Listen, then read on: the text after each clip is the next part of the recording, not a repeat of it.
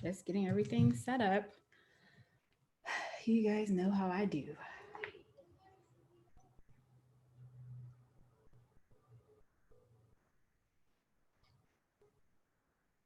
All right. Just getting everything.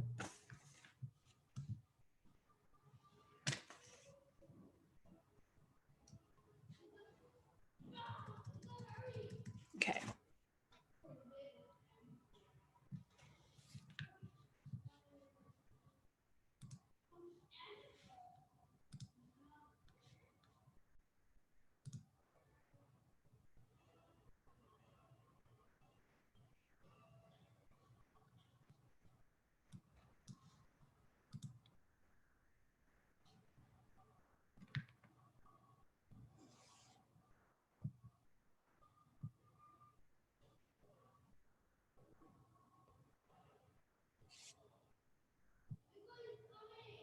All right, here we are.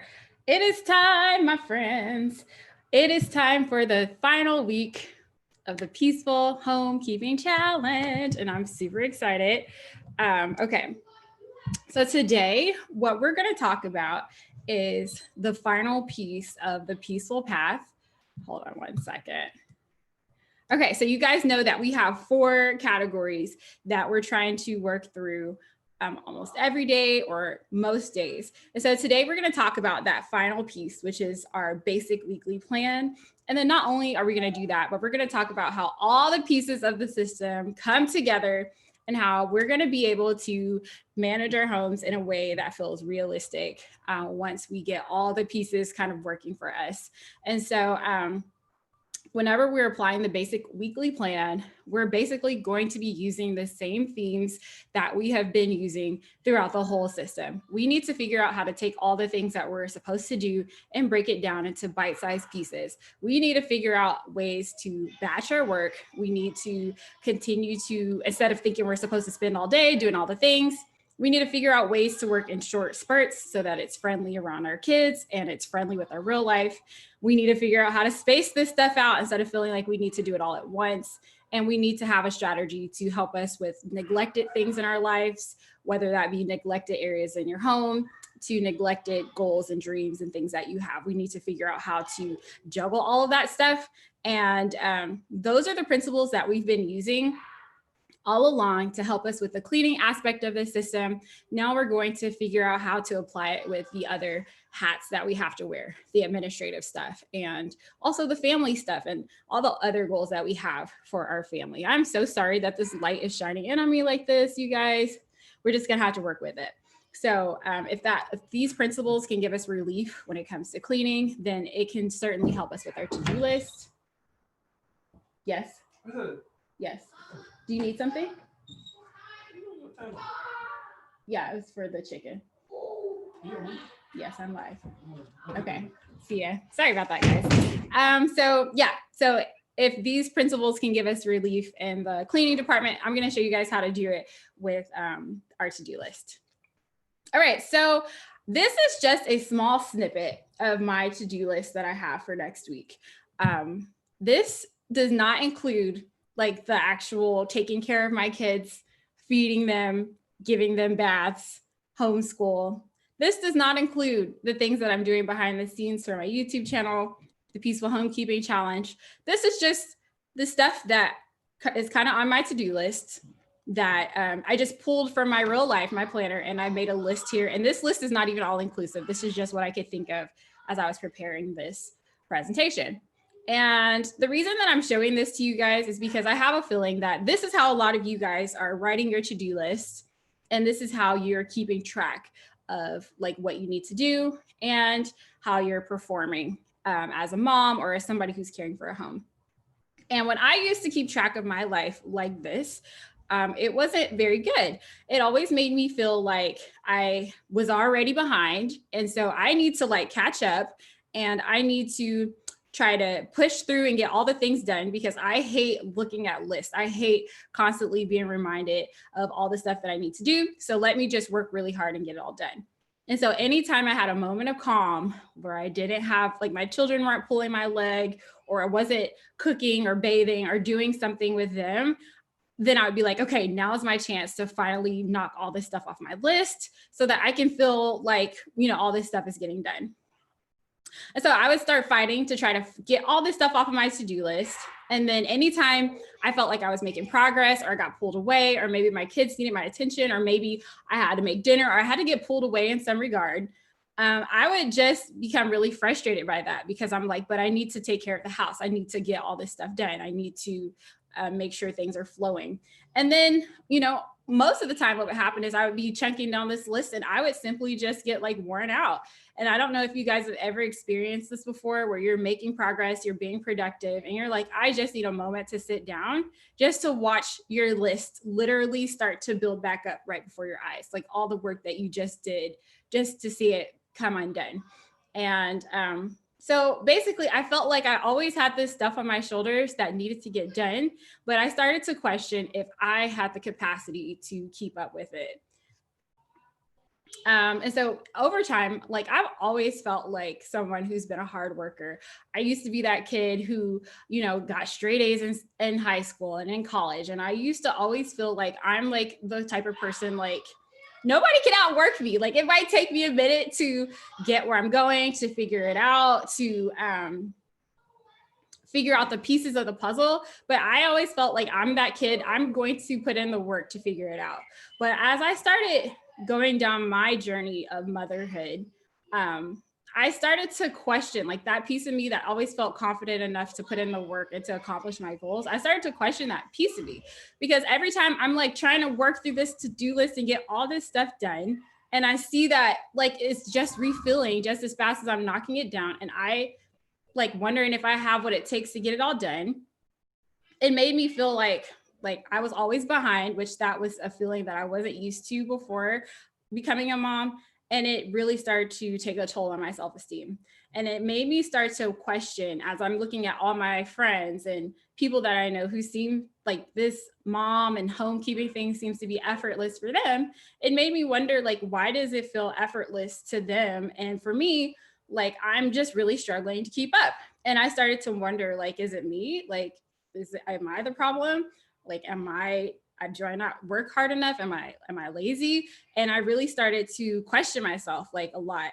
And what made it even worse was I started watching YouTube videos, because I started going online because I'm like, what are other moms doing? Like, how are people like staying on top of all of this homekeeping stuff and not being like overwhelmed?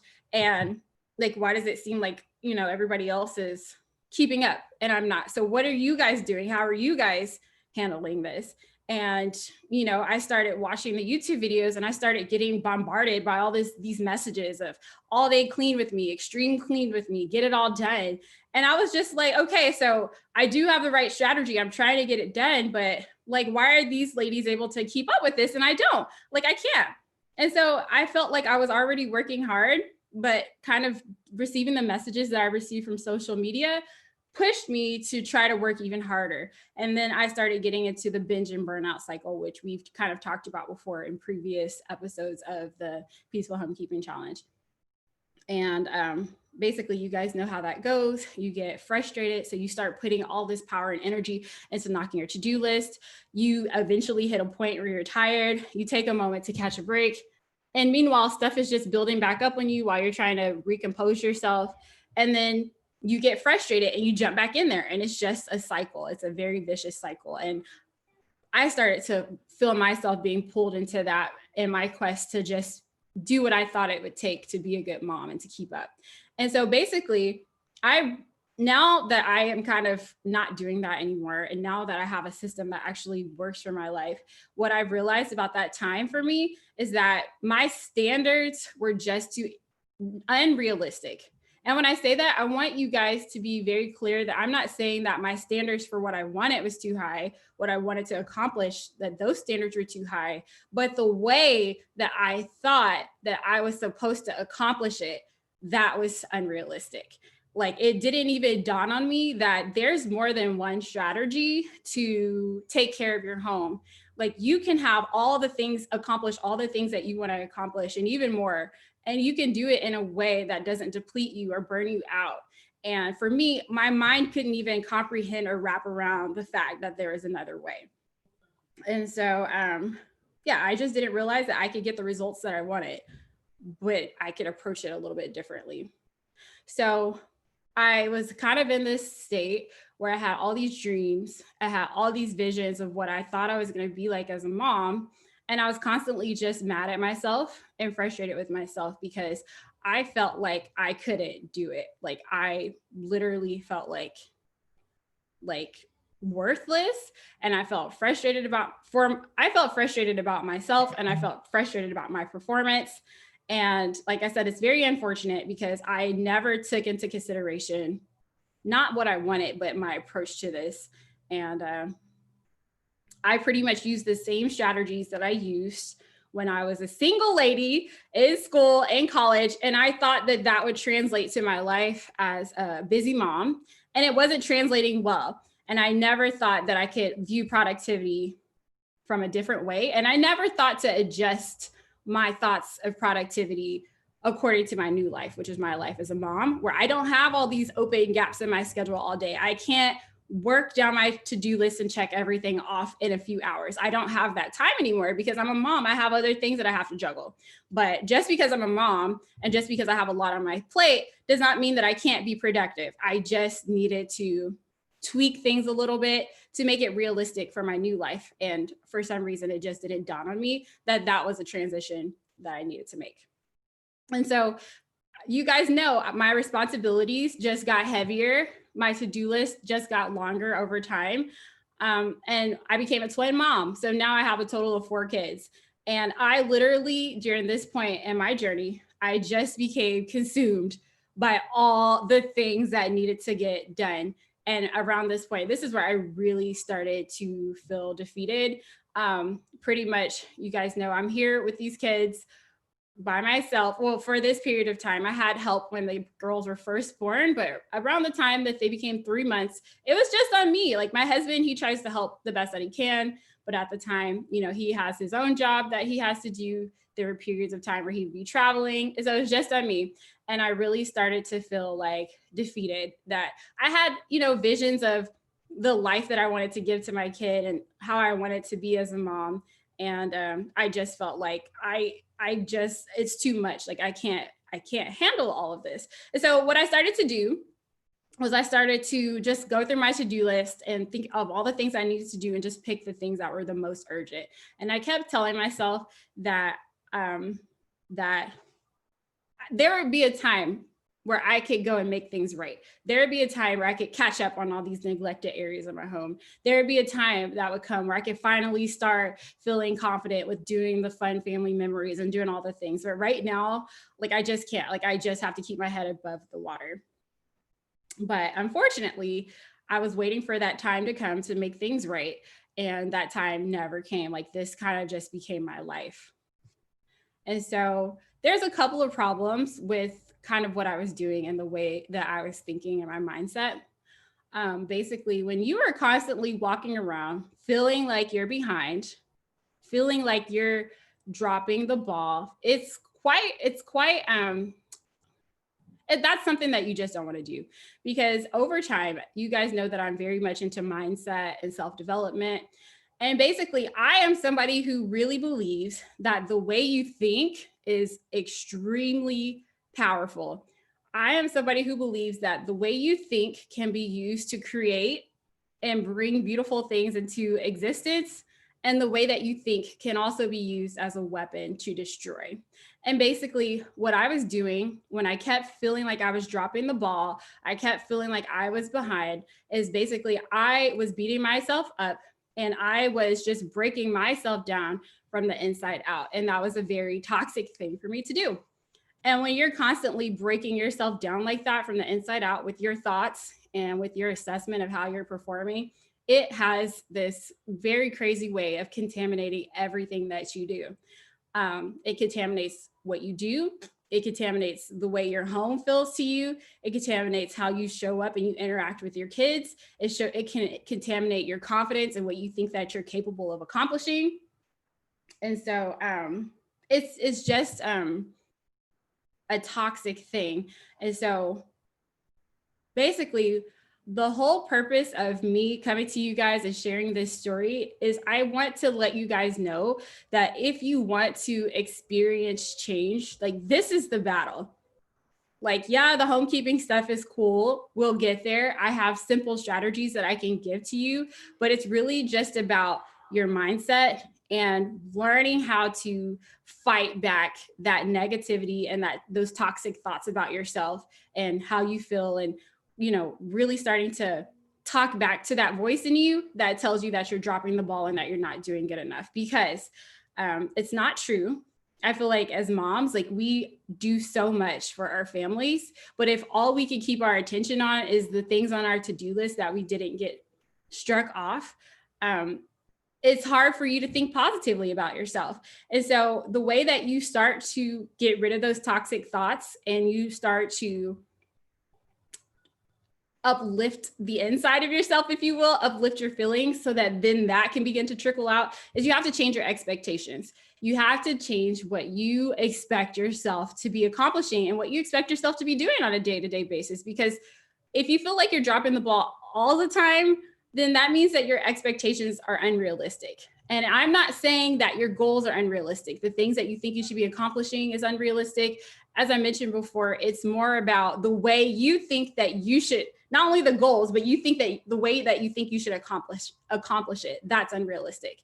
And by giving yourself permission to try some new strategies that actually make sense for your life, that is a great way to start the process of getting out of your head about this and to stop the process of breaking yourself down.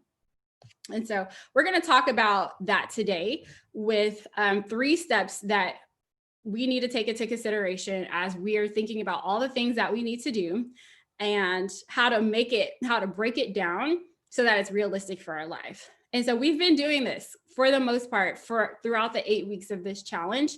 So as I mentioned today, I'm going to show you how to put the final piece of the puzzle together. And so I'm just going to take a moment to jump into the comments before we do that. Hey everyone. Hey Nurse Mom Fly Baby. Hey Elizabeth. Hey Melissa. Hey S Oak. Okay, she says she's getting ready for a birthday party. Okay, I nearly missed the live. Hey Lisa Led. Hey Omaris. All right, hey everyone. All right, so I'm just going to go ahead and move forward. Capture, category, plan. 3-step process to getting rid of the overwhelm, to breaking down all the things that you need to do into bite-sized pieces and making this stuff realistic for us to accomplish. The first step is to capture. I think a lot of us are pretty good at this, but for the capture process, this is just really talking about this idea of making sure that you have a safe place to document and write down all the things that you know that you should be doing. Like I said, I think a lot of people are very good at this, of keeping to-do lists, of putting stuff in their planner, but maybe, you're not taking it like super seriously. So I just want to bring that up for people who are not doing it yet, or people who are kind of halfway doing it. For me, it's so important for me to be able to release the thoughts that come into my mind where I'm like, you should be doing this, you need to do that. How come you haven't done that? I need a safe place to put it and to store it so that I can just get into the process of telling my brain that, yes, I'm going to get to it, but that's not for today. That's not for now. Yes, new ideas coming in. Okay, I will get to you. I have a place for you. I have a time for you. And so that is the first step of the process, to capture all those things that come into your mind. And this is not going to be just for your homekeeping stuff. This is going to be applicable for things beyond homekeeping, because my dream is that, once you guys feel confident and in control with your homekeeping stuff, you'll create so much space and time and energy in your life for you to accomplish your dreams and your goals. And so whenever you're working on those things as well, it's so important to capture. I wanted to show you guys my notebook. This is the official Peaceful Homekeeping notebook, you guys. This kind of stayed on my counter pretty much all the time. Every single time I had an idea about the Peaceful Homekeeping Challenge, I would document it in this notebook, because when it's time for me to sit down and be creative, sometimes you have all these cool thoughts and things that you want to do for your real projects and your real dreams and things like that. But it's hard to be creative if you're not in the process of capturing those thoughts. Sometimes a thought will come and it may not come back for a long time. And when you're sitting down and you're like, yeah, I want to work on this project now, it's nice to have at least a part of those thoughts and ideas documented, so that you could just get started and be productive with that time instead of trying to like grapple and remember. So it's important for homekeeping, and it's important for homekeeping and beyond. Just get into the habit of having somewhere, a safe place to just scribble down a note so that you can release that from your brain and get it on paper. Okay, so like I said, this is just a snippet of what that looks like for me capturing my thoughts and my ideas and things that I know that I need to be working on. Okay, and so the problem that I see is that most people just kind of stop here. They're like, yeah, this is my to-do list, let's get to work. And I just want to just say that if you're a busy mom, there just comes a couple more steps that we need to do in order to make this feel realistic for us. So that brings us to step number 2, category. We need to start categorizing the things that we do into different buckets in order to break it down and make it feel more bite-sized and more reasonable for us to stay on top of. Okay, so what we're going to do is take this to-do list and we're going to start breaking it down into pieces to make it feel more manageable and more bite-sized. So I told you guys that this is the peaceful path. These are the steps that I try to think about or work on a little bit each day to help me make sure that I'm progressing in the different types of things that I need to be thinking about. So we already talked about the cleaning stuff. Remember, you guys, daily maintenance, that's just 15 minutes every morning and every night. Super realistic. If you need a midday reset, you can throw that in there. You guys remember we have zone cleaning. Once again, that's 15 minutes. We do that 3 times a week, if not more, if that's what you want. We have the weekly home blessing, which is a series of tasks that we do for 10 minutes. And so you guys can already see that if you kind of approach it this way, it doesn't have to be overwhelming to implement all the steps of the peaceful path. And so I'm going to show you guys how to use them now with your to-do list. So we talked about daily maintenance. Once again, this is the stuff that is the hardest to keep up with: dishes, laundry, and your hot spots. And by hot spots, I just mean clutter. You guys, I have a whole training on this for those of you who are joining the challenge. And if you've missed this, we have trainings on every single one of these steps. So if you need to get caught up to understand what I'm talking about, definitely feel free to do that. Well, once again, 15 minutes in the morning and 15 minutes in the evening. And many of you ladies have already started to express to me that just implementing this level alone, like you guys have already starting to feel relief from those dishes, feel relief from the laundry, feel relief from the daily clutter that tries to trickle in. So it's something, it's very effective. And even if this is all you do, excuse me.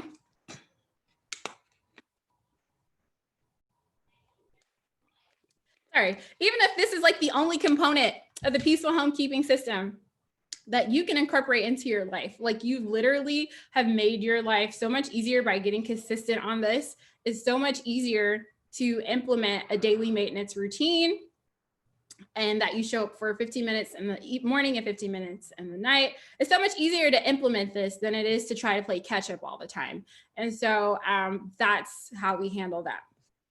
So if we go back to that to-do list, you guys can see that my to-do list is already getting a little bit shorter. All the stuff in pink, that stuff is going to be handled in my 15-minute routine in the morning and my 15-minute routine at night and my midday reset if I need it. So great, I have a bunch of stuff already pulled off my list. Okay, so I put on there, clean my room. The only thing that really needs to be cleaned up in my room on a day-to-day basis is just the clutter that tries to trickle in. Same thing with the living room. The kitchen, for me, that's just doing the dishes and cleaning up the hot spots. And then whatever's left, more than likely, I'll have a few minutes to tackle that. Same thing with my boys' room. I can either do that in my morning routine and my evening routine. And so I don't have to have like that on my list to go ahead and do that. And the same thing with the laundry. You'll find that if you set up a simple morning routine, you'll go from spending all day, possibly hours, thinking about this kind of stuff to just a few minutes a day. So to me, it's very much worth it to create a routine around it so that, like I said, you only have to think about it for a few minutes at a time or a few minutes every day instead of being consumed by all the stuff that you haven't gotten done. We talked about zone cleaning, which is the next pillar on the peaceful path. Zone cleaning is what helps us to tackle some of the decluttering projects that we have around the home, the organization projects that we have around the home, any detail cleaning that we have around the home, and special projects around the home. And so the reason that we don't do this with our maintenance stuff that we do every morning is because when we are in this type of cleaning, this is the stuff that really requires us to like slow down for a minute, kind of see what we're doing, get organized, come up with a plan. So it slows us down. So we have time set in our schedule to specifically handle this. And I recommend at least 3 times a week, if not more. And so what I'm going to do now is look at my list and see which of these things I already have this time scheduled into my week. This is just an ongoing time for me. So I'm going to see which of these things can I remove from my to-do list and dedicate and put it in my zone cleaning time so that I don't have to like pull random time out of my week to work on it. So all the stuff in blue, those are things that can easily be handled during my zone cleaning time. 15 minutes, 3 times a week. So I have 45 minutes a week to work on this kind of stuff. So I put that I wanted to hang a new broom holder that I have. That's actually something I'm going to do. I need to refresh my pantry. It's starting to get a little crazy. I am tired of looking at my busted window curtain. So I need to take some time to figure out which one I want and order a new one. And then I've also been seeing this cool trend where people are using these long rugs in their kitchen, and I want to see if I can find one.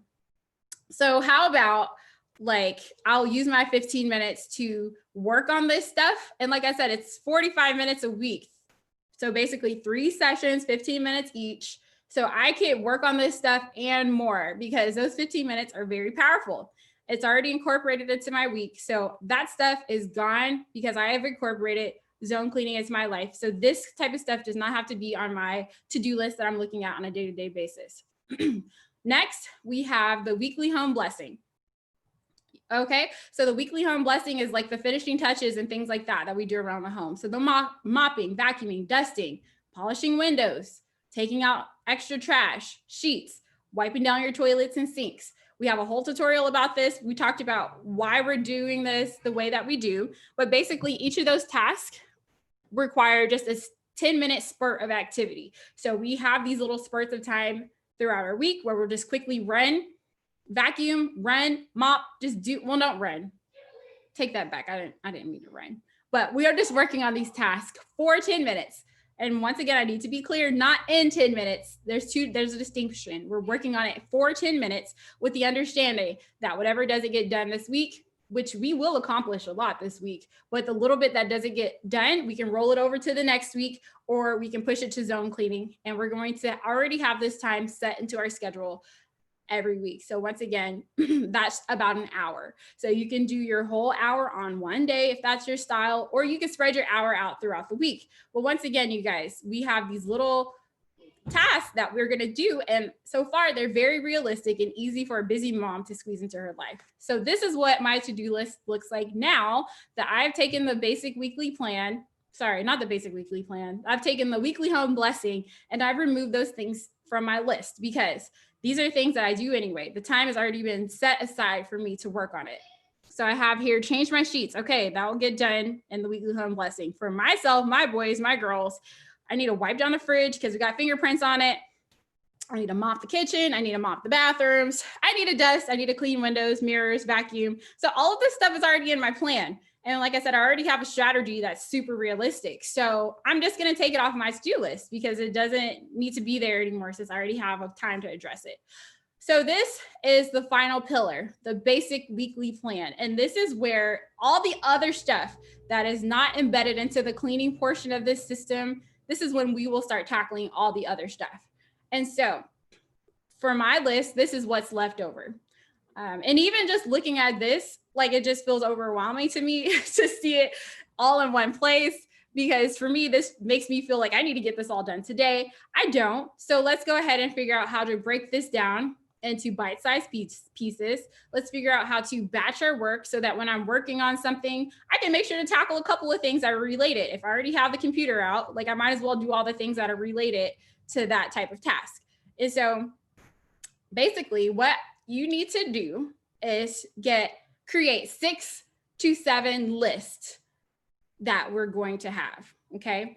You don't actually have to get sticky notes. You can literally do this in your planner. You can do this on a sheet of paper, but I just wanted it to create a visual so you guys can be very clear about what I'm talking about when we're talking about the different categories of things that we have to take care of as a mom. Okay. And so how do we know what needs to be on each of these mini to-do lists? Here are some suggestions that I have for you. The ones with the stars are ones that I highly, highly, highly recommend. Okay. So we can have an anti-procrastination list, because you guys know that we have those things on our to-do list that seem to never go away. And the reason that it feels like that is because they don't have a deadline. So they always get pushed to the back burner because we're handling the things that feel more urgent first.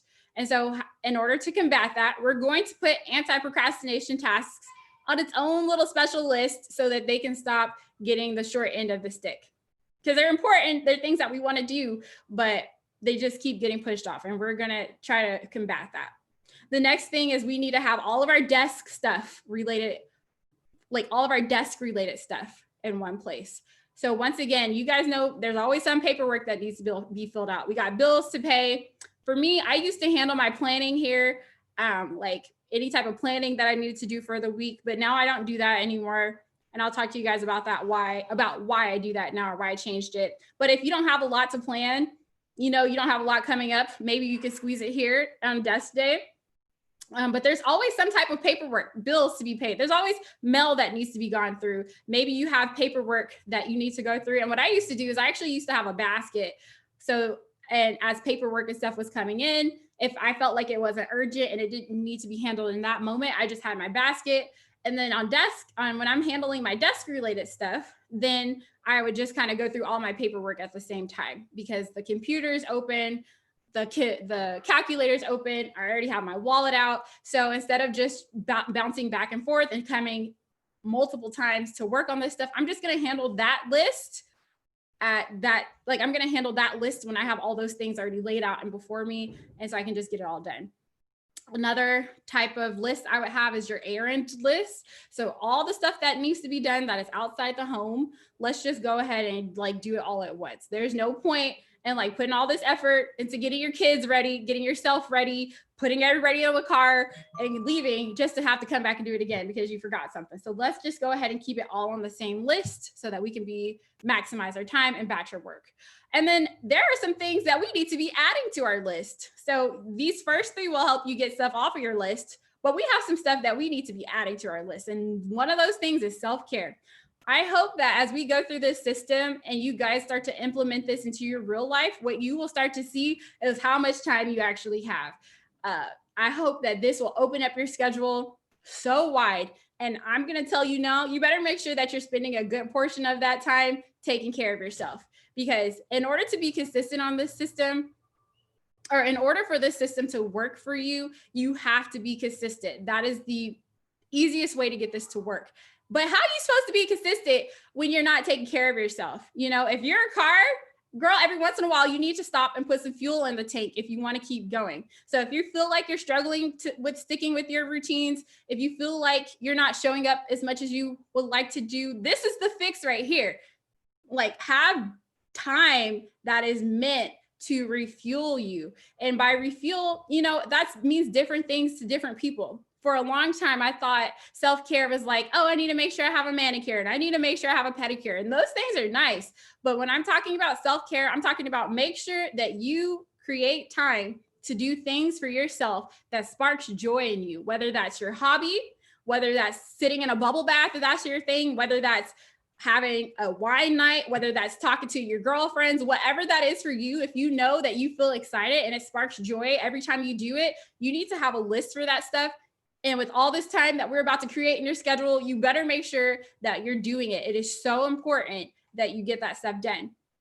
And then the last thing that I have on here that you may want to consider adding is a family fun night.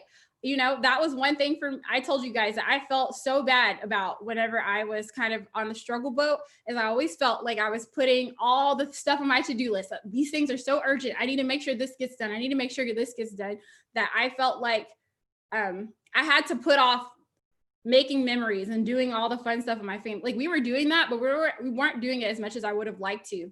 And it was because I felt like I was just waiting for a time that would come to make things right. And like I said, that time never came.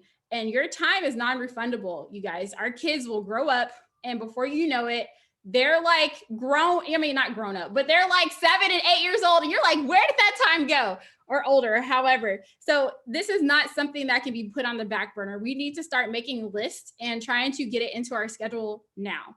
We don't have time to wait.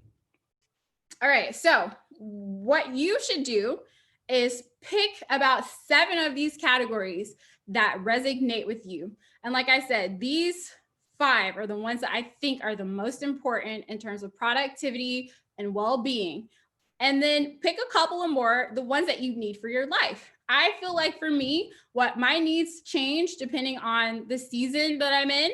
So that's okay if you need to revisit which buckets you need later on in life. And then for some buckets that feel a little bit light, maybe you might put some things together. So for me, I actually have meal planning and I do grocery stuff at the same time, because those things are now, like what I started doing is I used to go to the grocery store. So I had a whole separate grocery day because that task felt very heavy for me. But now that I do online shopping, I can handle grocery stuff and meal planning stuff at the same time, because those tasks together don't feel overwhelming. So you can think about how you want to do that. And so I would pick about 7. And if you need different things that are not on this list, feel free to do that. Just think about what are the buckets in your life that you need to make sure that you're addressing a little bit each week. And then some of these tasks, the reason I like anti-procrastination, desk, and errand stuff is because those categories actually can include a lot of different things. And so you don't have to be like super specific, because you can actually include a lot of different things in those 3 categories alone, which is why I really like that. So what you're going to do is you're going to pick 6 to 7, and each of your buckets is going to be labeled with one of those tasks. These are the buckets that I have right now. And so, like I said, you don't have to like do it all. Just pick the ones that are the most important, and then you should be good to go. And so the next thing is we're going to take that list that we had, and we're going to sort it out now. We're going to sort it out even more according to the appropriate list. And like I said, it's okay if you have a task that can actually fit on any list. You just pick one for now, and then see the one that makes the most sense, and we'll just go from there. And so this is what my to-do list looks like now, sorted out amongst those tasks. And so I like this once again because it helps us batch our work. We're making sure to do like tasks at the same time. Also, I like that it just broke the things down so that I don't have to look at my whole to-do list at once. I just pick a task, or I pick a list that I want to focus on, and I just work on that, knowing that I'll come to the other lists at a different time. And also make sure that you don't have neglected areas of your life, because if you say that self-care is important to you, which it is, make sure you guys are doing it. Like when it comes to that, like you have to make sure that there's something on that list, and you have to make sure that you're checking it off. So you can make sure that you're getting to those types of things.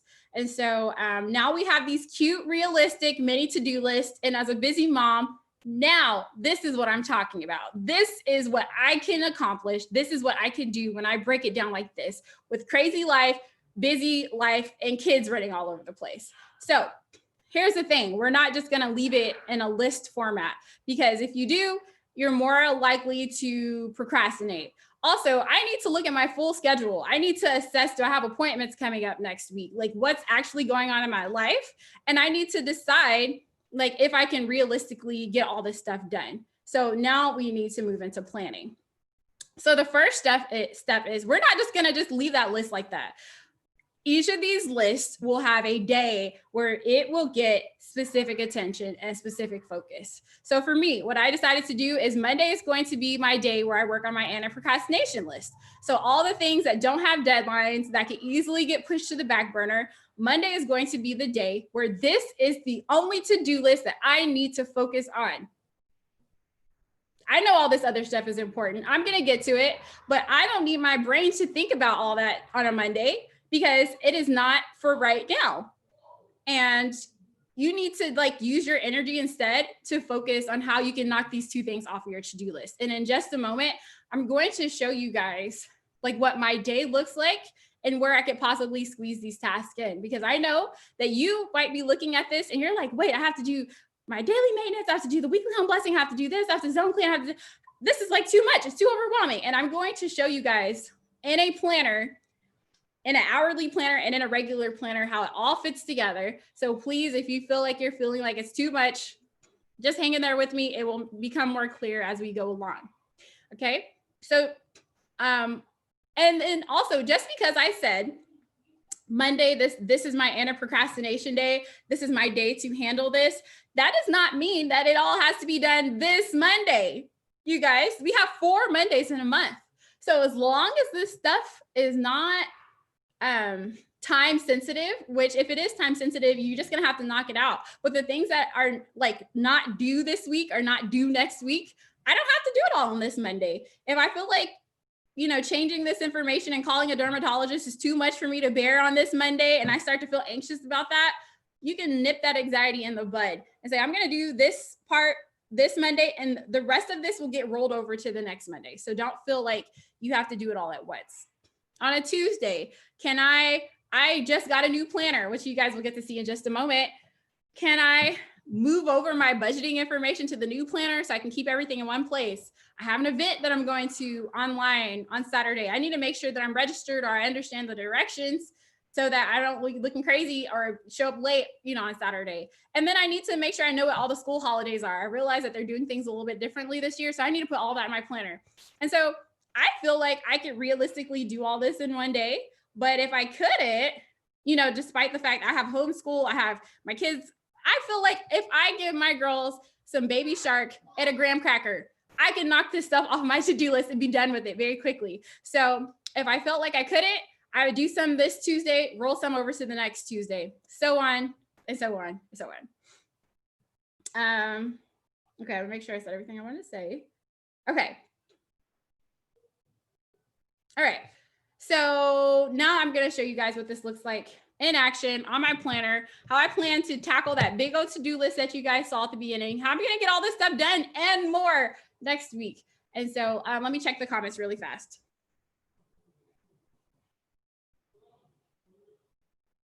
Okay, you guys are talking about zone cleaning.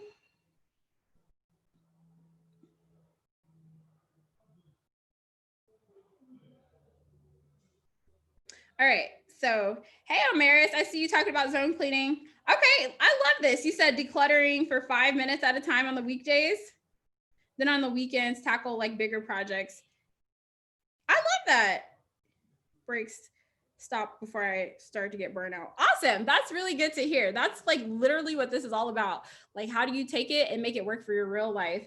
And Amaris, I know that your situation, like you work full time. So gosh, like my heart just goes out to all the working moms. Like it really does. Cause it's a lot, like it's a lot to take care of a home. It's a lot to take care of family. It's a lot to work.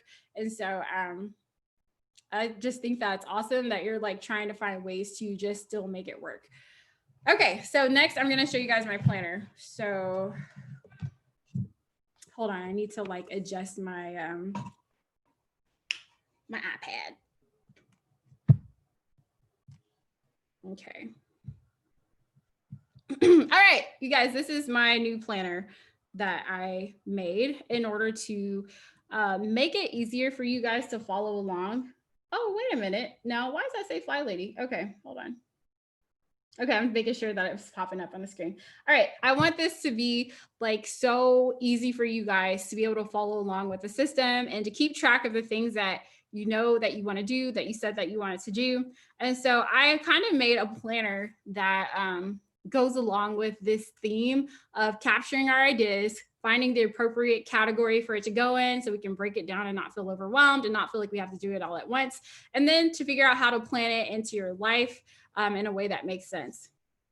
And so whenever you get the planner, if you decide to get it, this is actually going to be available on my Etsy shop, but you don't need to have a planner in order to do this. I've done this system for a year and I haven't had like a specialty planner for it. I've just been able to document it on my real planner. I've used bullet journals. So you do not need this to be successful. I just want it to be visual and easy for people to understand. And so at the beginning of the planner, you'll see where I put this here to remind you of the different pillars and what we're going to be trying to work on.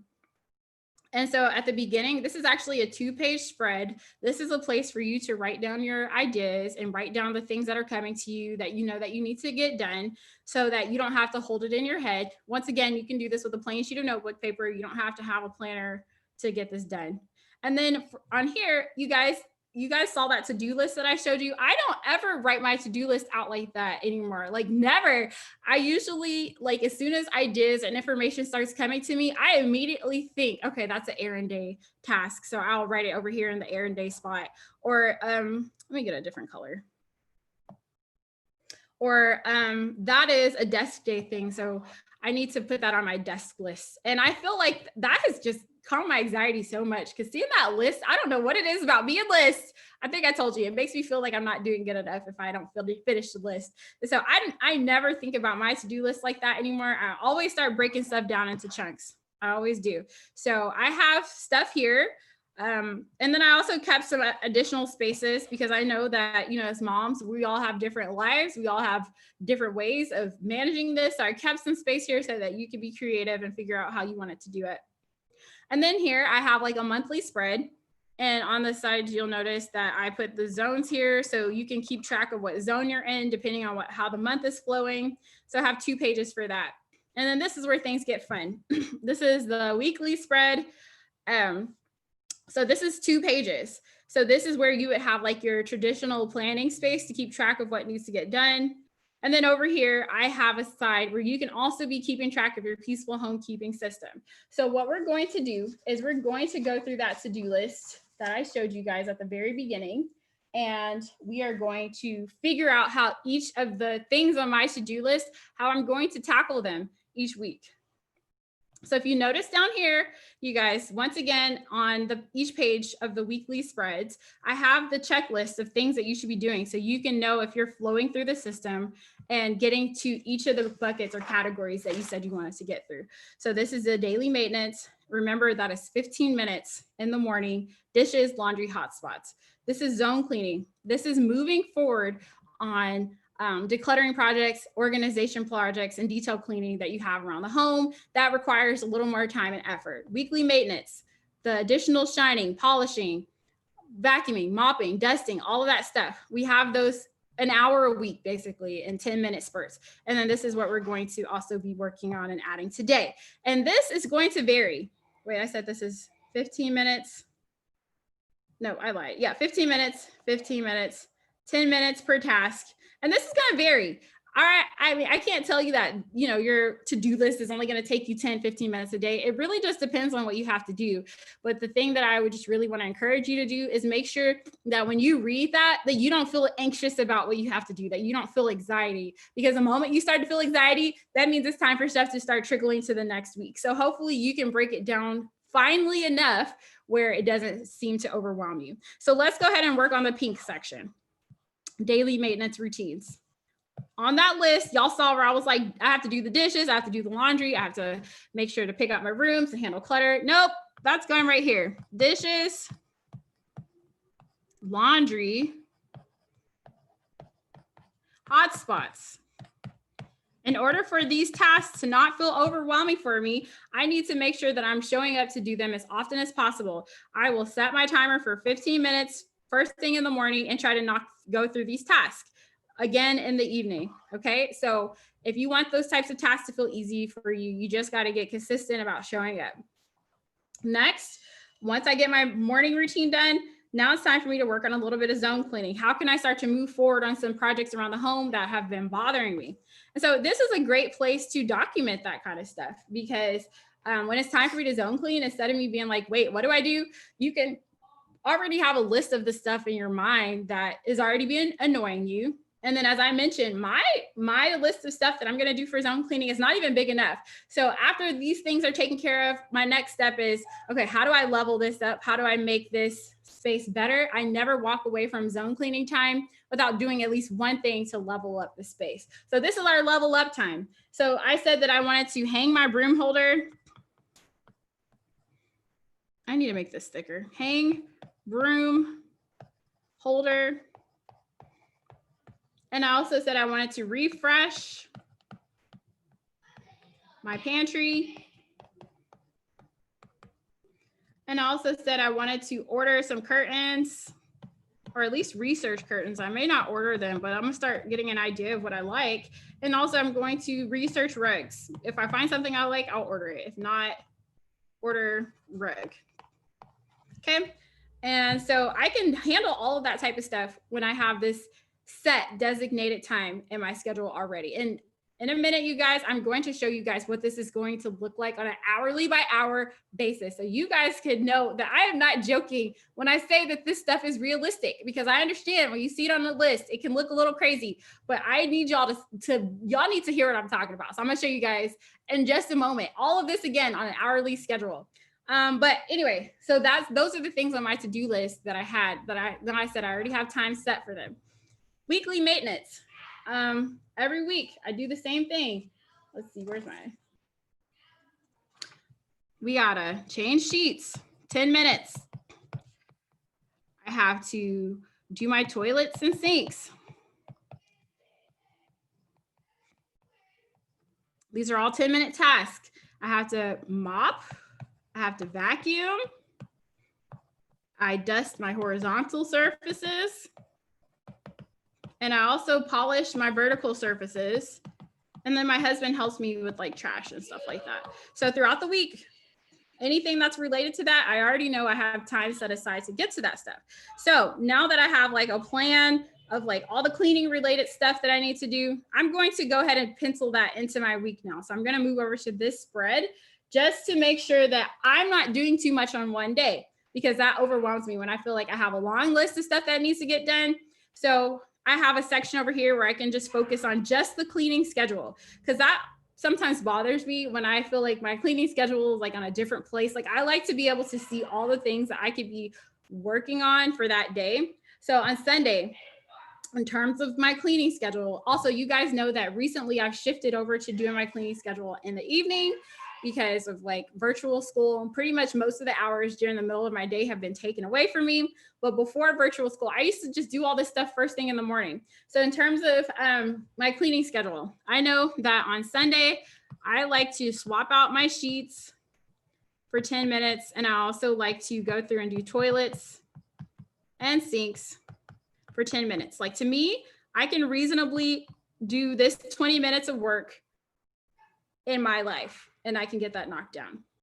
On Monday, I know that I like to spend 15 minutes zone cleaning, and I will handle one of these tasks over here during that time. On Tuesday, this is kind of a heavier cleaning day for me, and that's okay because I like doing these tasks together, but you don't have to. You can do one a day, or you can do all of these types of tasks in one day. So these are the weekly home blessing tasks: dust, polish, and vacuum. So now that's been accounted for. We've accounted for sheets, we've accounted for this, we've accounted for this, we've accounted for this. Oh wait, not mopping yet. I'll get mopping in just a minute. So we've accounted for that. Okay, on Wednesday, I actually have Wednesday as the cleaning free day. I just felt like I just wanted to take a day off. So that's why I have these things grouped together, the dust, polish, and vacuum, so I can do that. On Thursday, I've decided that Thursday, I'm going to spend 15 more minutes zone cleaning. That's 15 minutes after I do my nighttime routine. So that's number 2. Remember, I'm trying to get at least 3 of these into my week. And then on Friday, I'm actually trying to decide. I've been trying to mop on Fridays, but now I tried mopping on Saturday morning this week. So that might be my new thing, because I didn't feel too crazy. The kids allowed me to do it, but I'm going to put it on here that I'm going to do it on Friday until I make that decision.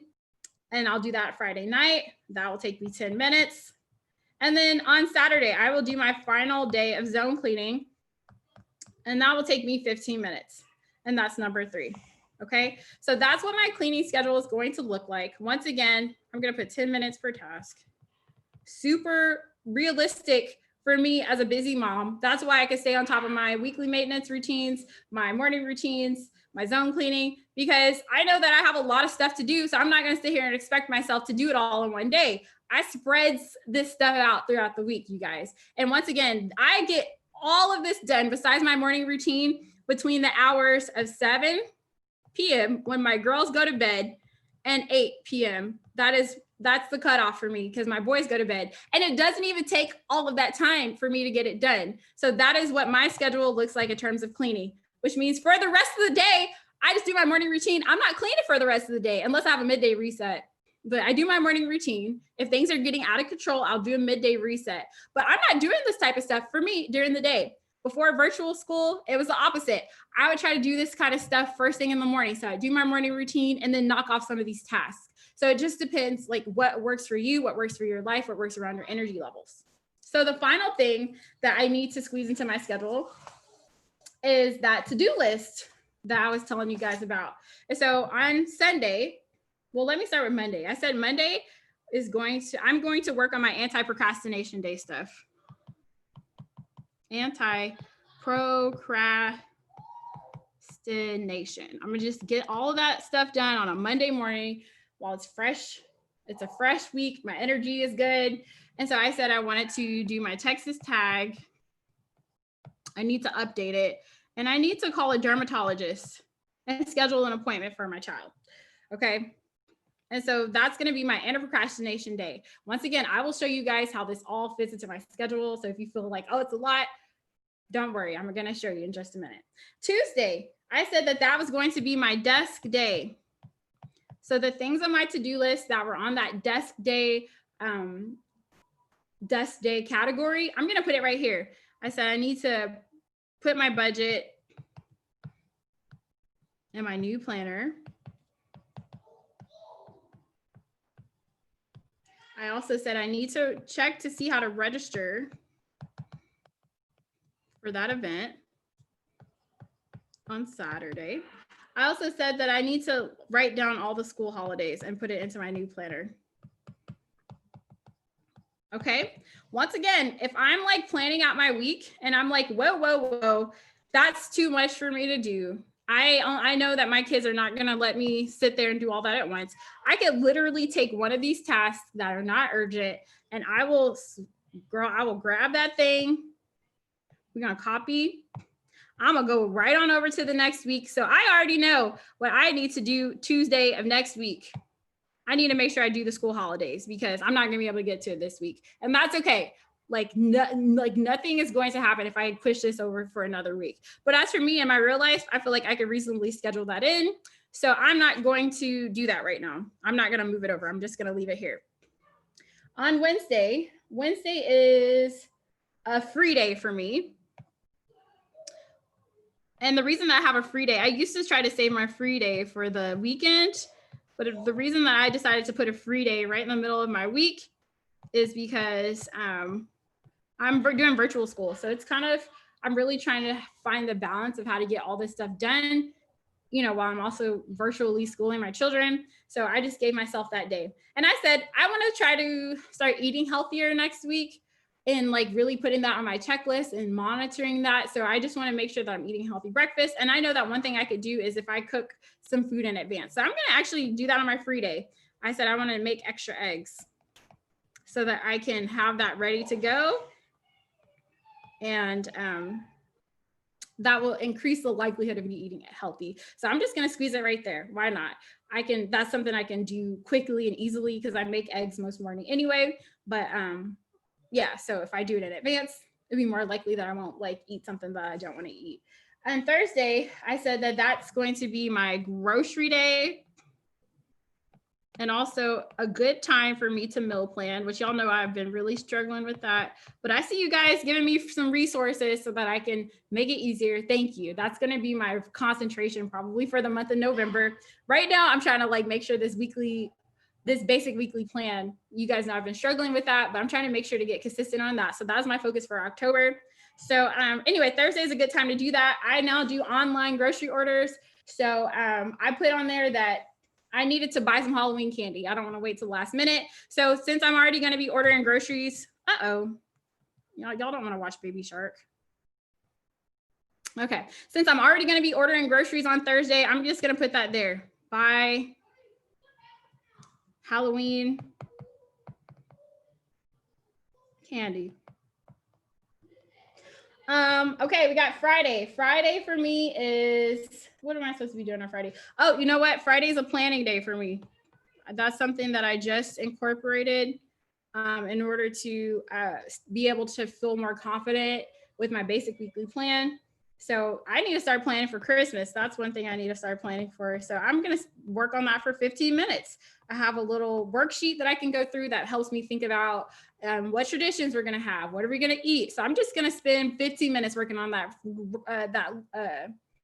worksheet. I actually got it off the Fly Lady website, and I'm going to just figure out what I'm doing for Christmas, because if you don't want to be overwhelmed for Christmas, now is the time to start making Christmas plans, people. That's a big lesson that I learned last year. So I'm going to be doing that for myself. And then Saturday is an errand day for me.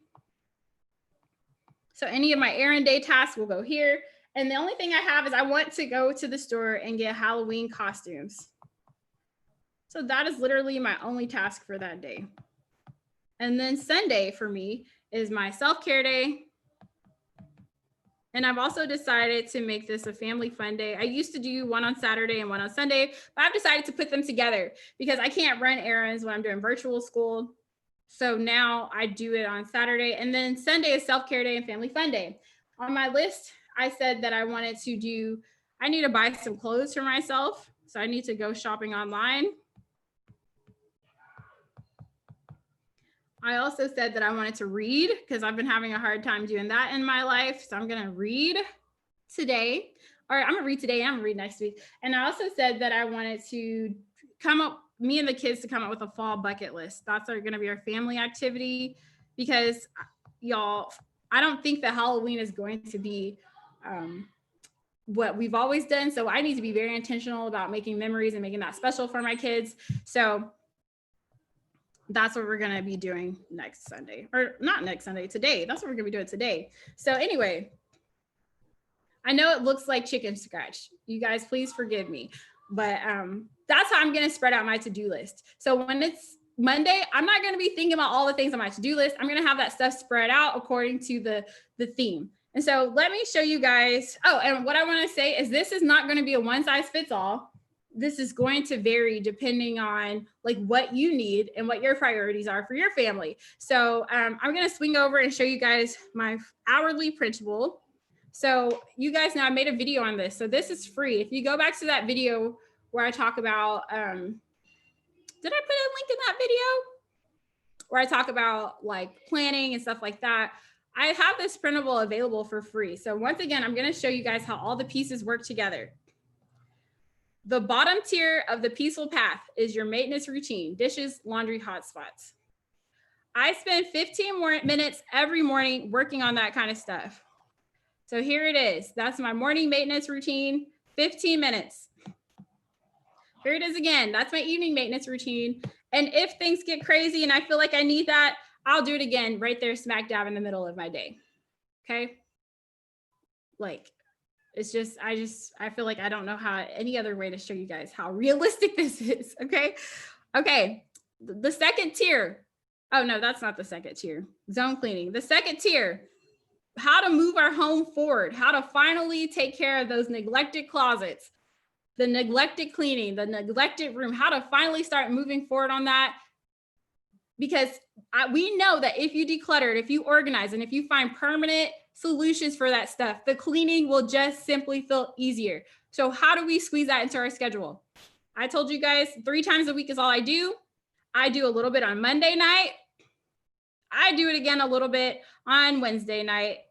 And then I do a little bit so I'm trying to decide if I'm gonna do it on Friday or Saturday, but I have another week where I do it. And this is 15 minutes at a time, you guys. 15. I'm not gonna sit there and be doing this kind of stuff all day. I don't have all day to do it, okay? The next thing that I said is we're going to be working on those weekly maintenance routines a little bit throughout the week.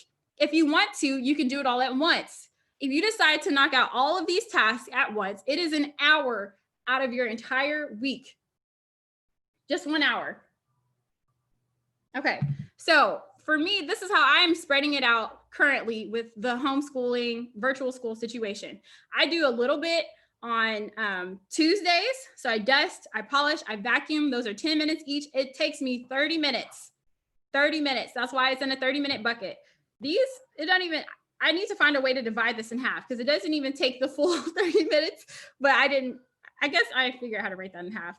Okay, I do a little bit more on Friday. I mop on Friday, trying to decide if I should move that to Saturday morning because I liked it this week. And then I do my sheets and toilets on Sunday. Once again, in terms of cleaning, y'all, this is it. This is all the cleaning that gets done in my home, and it is enough to keep things from falling apart.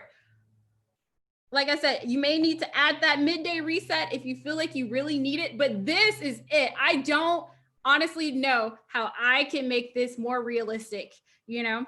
And the thing is, I know that we have moms who have different circumstances, maybe moms who work, maybe physical limitations. I understand that. And you guys know what I say. Like, if you need help, we cannot do it all. We cannot. So if you need to hire this stuff out, give yourself permission to do that and get that out of your brain. But, you know, get those lists of things out of your brain if you can afford to do so. But if you're the one that's responsible for handling this type of stuff, like, I just feel like this is as realistic as I can get for me for right now. I'm having like this awkward moment because I'm really trying, like, when I tell you guys that this is realistic and this is how I can stay on top of this stuff with my kids, with working, with virtual school, with all the things going on, this is it for busy moms. This is how I get it all done in bite-sized pieces, little by little throughout the week. Okay. And be strategic about the things that I turn into morning and daily or morning and nightly routines, because I don't want this stuff to build up on me. And it's simply easier to do these dishes, do the laundry, do the hot spots if I'm consistent and I do it a little bit every single day.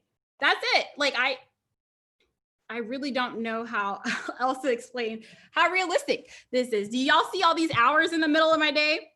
I'm not going to tell y'all that those are free hours. I've got stuff to do. I have virtual school that I need to work through. I have to cook. I have to give my kids a bath.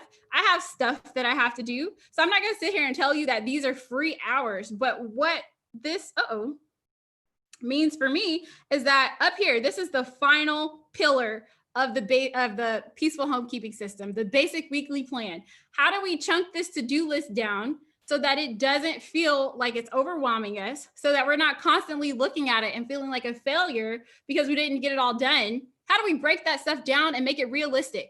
So over here, we got anti-procrastination day. Do y'all realize I have all day long to figure out how to call the Texas Tag people and give them my new credit card information, and to call a dermatologist? Look at all these hours in my day where I could possibly squeeze that in. Yes, I have virtual school, but I also got a lunch break. Like, could I not just quickly make those phone calls? I can. That's realistic. I can do that, you know? And if I couldn't, like I said, stuff will have to start rolling over to the next week, and it's okay as long as it's not time sensitive. Dust day. I said that these are all the things that I wanted to do for dust day. I need to put some school holidays in my planner. I need to put my budget stuff in the new planner, and I need to make sure I know how to register for that event. Once again, I know I'm busy. I got a lot of stuff going on a Tuesday, virtual school, but I also got a lunch break. That's something that I can quickly and easily knock off of my to-do list. And if I don't think that I can, girl, you better take this stuff and roll it. Well, this one can't be rolled over because this is a time sensitive one, but this one's not. This can be pushed over to next week. I don't have to do that this week. And then, you know, and overwhelm myself. Wednesday, I got a free day. Girl, I eat breakfast every morning. I can crack a couple of extra eggs. Why do I keep doing that? I can crack a couple of extra eggs to make sure that I have something to eat for the next couple of days. That's an easy thing for me to check off my to-do list. Thursday, that's my grocery day. I said I just wanted to order some Halloween candy. I'm going to be ordering groceries anyway. It takes me 2 seconds to add that. That's the beauty of batching your work. I can just add that on there easily. Done. I need to start getting ready for Christmas because I don't want to be stressed out. I don't want to be overwhelmed. I'm gonna sit right here and go through the Fly Lady cruising through the holiday worksheet for 15 minutes so I don't feel, I'm gonna do this a little bit every week. I have a planning day. And I decided I used to do my planning day the same time as desk day because I didn't feel like I had that much to plan.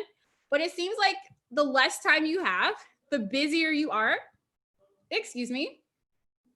the more important it is to plan and to map this stuff out in advance.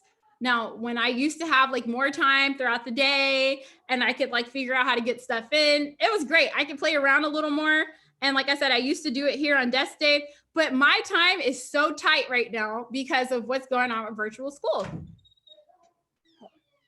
We can't play Lego City because it's X-Realm. Oh, I'm sorry. I'll see you later. Sorry, that was my kid. Oh yeah. So the more zapped up your time is, the more tight your schedule is, the more important it is for me to actually have dedicated time to plan. And that is why Friday is my new planning day.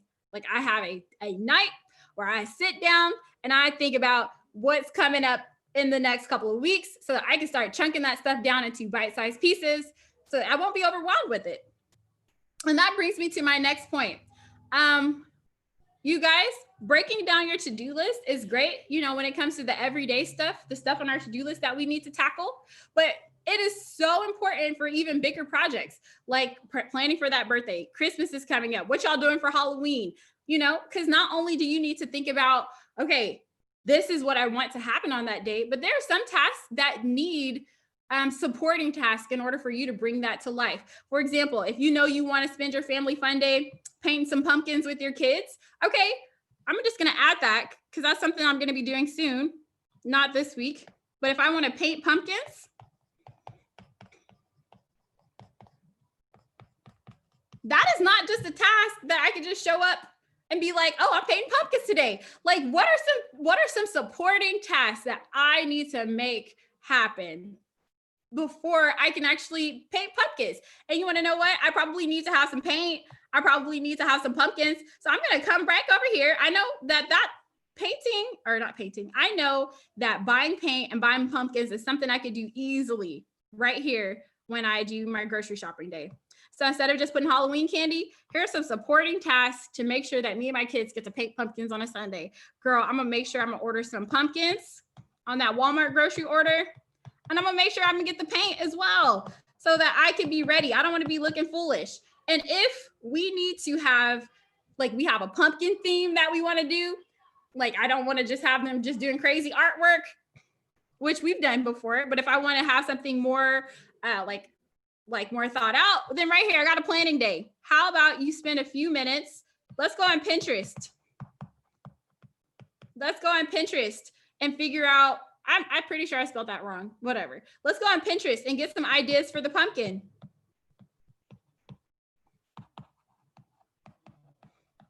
Okay, this is what I call supporting task. And if I felt like the combination of looking at pumpkins, so this is the planning part. I have to decide, is this realistic enough for me to get done as a busy mom? And if not, then this gets moved. This gets moved to the next week.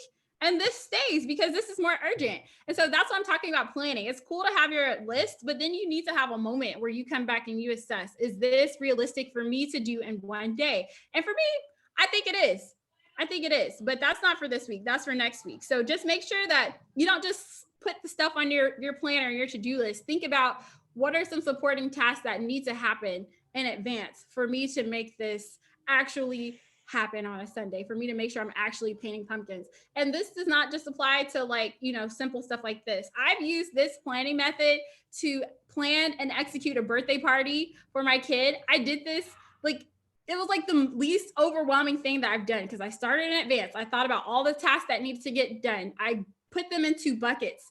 Okay, this is an errand day task. This is a anti-procrastination task. And I just used this system for the month leading up to the birthday party. And the birthday party didn't feel so overwhelming because I used the basic weekly plan, so this area on top, to help me break that stuff down so it won't feel overwhelming. Also, I used this last year for Christmas. Last year for Christmas, I felt like I did the most that I ever done.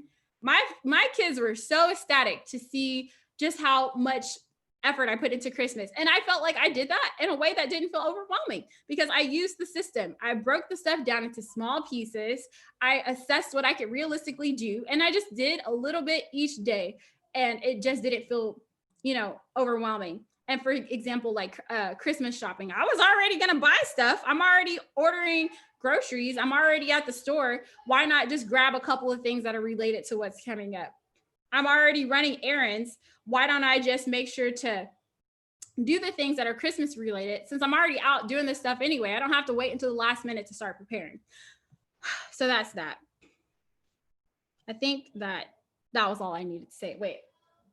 Yeah. And so just like I said, feel free that if you ever feel like something's overwhelming, move stuff over. So I wanted to take a moment to kind of show you guys my what my schedule kind of looks like right now and like kind of where my time is spent. You guys know I wake up at 4:00 in the morning and I work until about 6:30. And then from 6:30 to about 7:55, I spend time.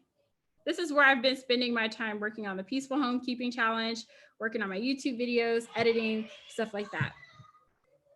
From 8:30 to about, I would say 11, we have virtual school. So my time is tied up here. We're doing virtual school, y'all. But before virtual school starts, who's gonna make sure to get the morning routines done? Me, because I know that if I don't take that bucket of time right there to set myself up for success, I'm gonna pay for it later, and I don't want to. Usually, I have a little bit of free time right here. I have a little bit of free time right here where we'll do lunch, and sometimes the kids may have like a little extra work that they have to do. Maybe they have to read, but it's stuff that they can do while I'm up moving and getting ready for something else. So if I need to do a midday reset, this is the time to do it. If I have something on my basic weekly plan that needs to get done, this is the easiest time for me to do it. Then after that, my kids have to go back to school until about, until about 3:00. So I'm going to block all that time out right there. This is my kids. They're in virtual school. I used to have this time to like squeeze in my to-do list. I don't have it anymore. I got stuff to do.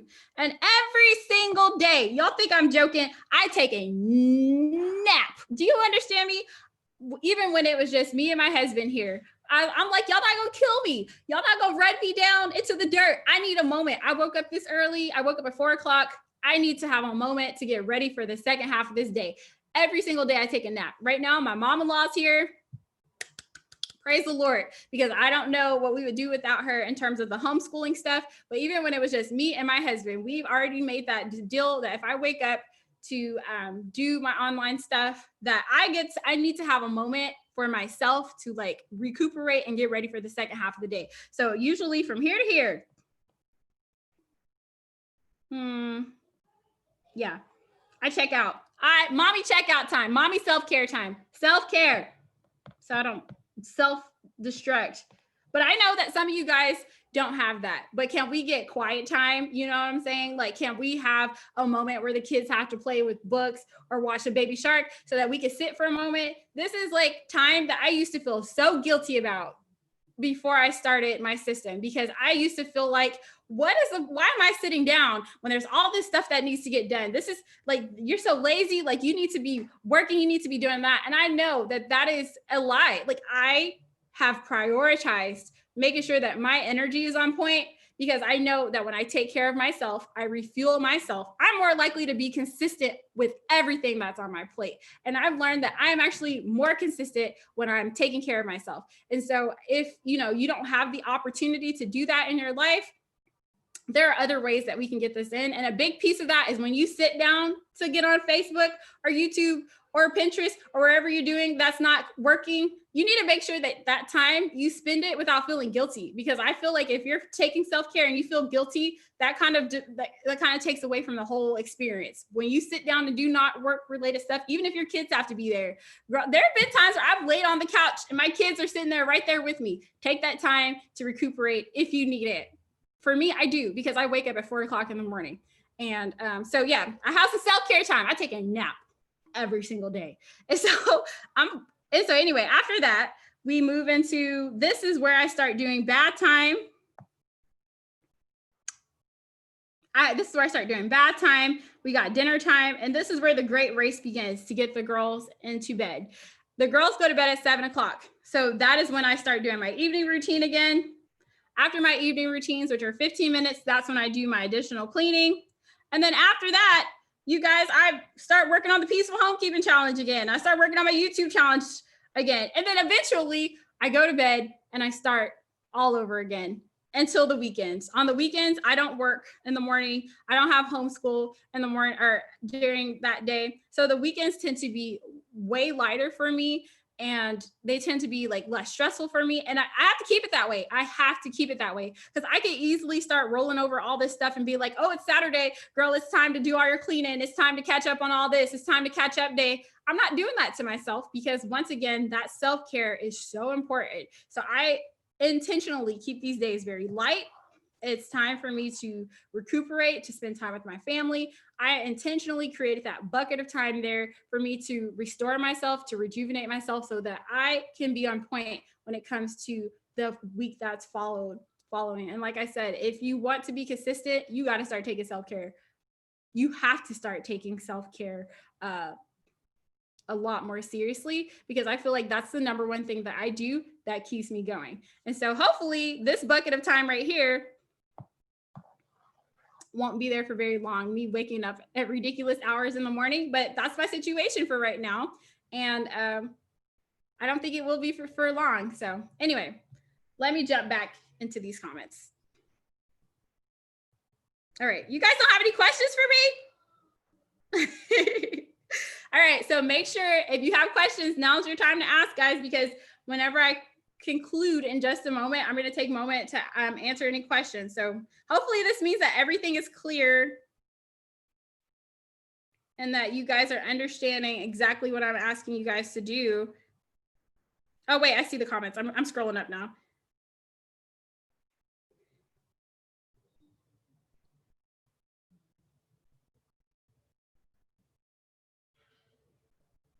Okay, this is from As Main, or I'm pretty sure I said that wrong. Sounds like you're finding some good ways to make it work for you. I desperately don't want to burn out, so I'm pacing myself, and stopping when the timer goes off. Absolutely.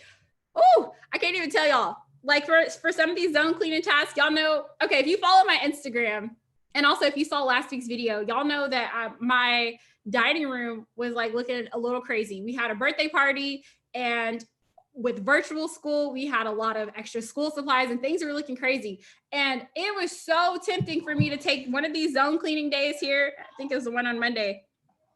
It was so tempting for me to just be like, I want to get it all done. I'm gonna get it all done today. I can't stop. I have to keep going. So tempting. And I had to like do what was realistic for me at that time. And when my 8 o'clock hour came, so 8 o'clock, like I said, is YouTube or self-care time. So, oh, wait, before I say that, I told you guys that here after my kids go to bed, I do YouTube.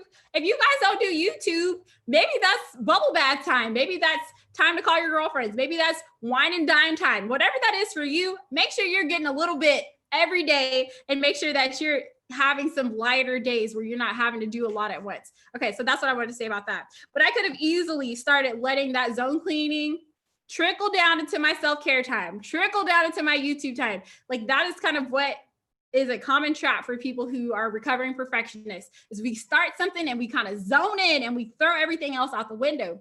And I want to urge you not to do that, because I ended up not only getting all that stuff done, I got all the cleaning done in that room that I wanted to do. I got some curtains hung up. I decluttered. I found permanent storage solutions for the extra supplies that we had. Like I got all of that stuff done, and I still found time to take care of myself. I still found time to work on my passion project and to do all the things. So we can do all the things, but that doesn't mean we have to do it all at once. Like give yourself permission to do this stuff in bite-sized pieces and to take a little step every day. And what you really want to fight is just getting so consumed in it that you start to neglect all the other things that are important for you. And that's kind of what the system is about to me. It's like not doing that. It is okay. It does not mean that I'm performing badly. If it takes me a minute, if I have to take the scenic route to get this stuff done, I will get it all done. You guys saw what that list looked like. And this is what it looks like when it's compressed into my week. And y'all see, I don't have a lot of time to play. And so planning and breaking down my to-do list plays an essential role in me being able to accomplish all the things that I say I want to accomplish. And this you want to know what feels overwhelming to me? This virtual school feels overwhelming to me, but not my to-do list, not my cleaning. That stuff doesn't feel overwhelming to me because I have broken it up so finely that I'm getting a lot done and it doesn't feel like I have to do a lot at once. But no, whenever these kids go back to school, I don't even know what I'm gonna do with myself. I don't know what I'm gonna do with myself when I have all these hours in the day to do what the heck I want. Because I'm like, if I'm this productive now and all my hours are taken up like this, nobody's gonna be able to tell me nothing when these kids go back to school. So I'm just sitting here, I'm learning the lessons, I'm learning how to work with less time. I'm learning that my system can still work even when I don't have a lot of time. I'm learning that I can still show up and produce great content for you guys, produce printables, produce planners, show up for you guys on Instagram, produce emails. I can do all of it in these little buckets of time, y'all. These little buckets of time, it adds up. But the thing that makes it work is you have to be consistent. You have to get to a point where you fight that voice in your head that says, oh, I don't feel like doing my morning routine today. Like, what's the point? Because it kind of is like a trickle effect, you know?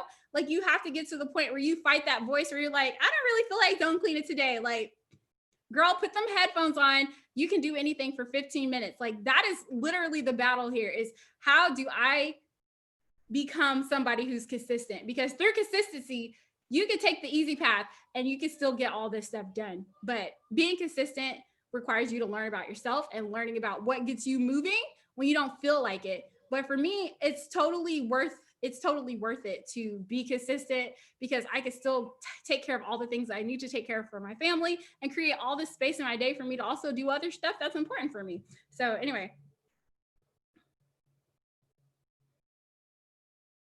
as long as we show up, it doesn't matter how long it takes. I don't always get to show up for zone cleaning every day. This week, just 2 times. Just keep telling myself it's better than it was yesterday. Girl, do you know how many, like I told y'all, the only thing that I really encourage you not to drop is your maintenance routine. What you do in the morning, your dishes, laundry, hot spots in the morning, your dishes, laundry, hot spots in the evening. I can't even tell you how many times on my journey I've had to drop zone cleaning. I've had to drop the weekly home blessing. So here and here, like I just couldn't get to it. My kids were sick or something came up. And to me, I'm like, it's okay because basically what that means is that like you're not inching forward.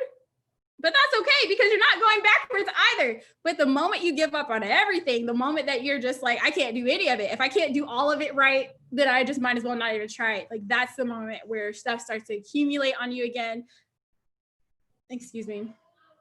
Or stuff starts to accumulate on you again and it feels out of control. But I find for me that if I just simply show up for this maintenance routine, like I make sure that that is the thing that I don't drop.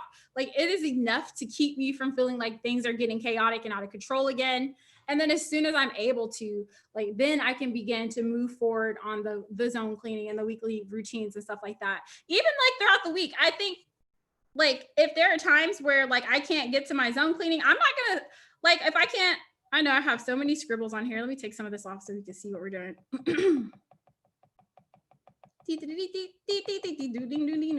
Okay, like if I can't get to my zone cleaning, I'm not zone cleaning for that day. I'm not moving this over. Like that's another thing that we try to do. We always try to play catch up. I'm not catching up because I know that I have this appointment in my planner next Monday. I will get to it. Same thing with here. If something happens, maybe we leave and we don't get back until really late and I don't get to dust, polish, and vacuum this week. I've done worse. Prior to my homekeeping system, I have done significantly worse. So I'm not doing it. Like if I have like a day like where it doesn't feel heavy, I might catch up on things that are bothering me, but that's it. It rolls over to the next week. Okay. And so I really want to encourage you guys to stop feeling like you're behind. Like if you need to like roll this stuff over to the next week, it's okay. And then also stuff like, you know, on here, like mopping, for example, just because I put mopping here on a Friday, does that mean that that's the only time I'm going to mop during the week?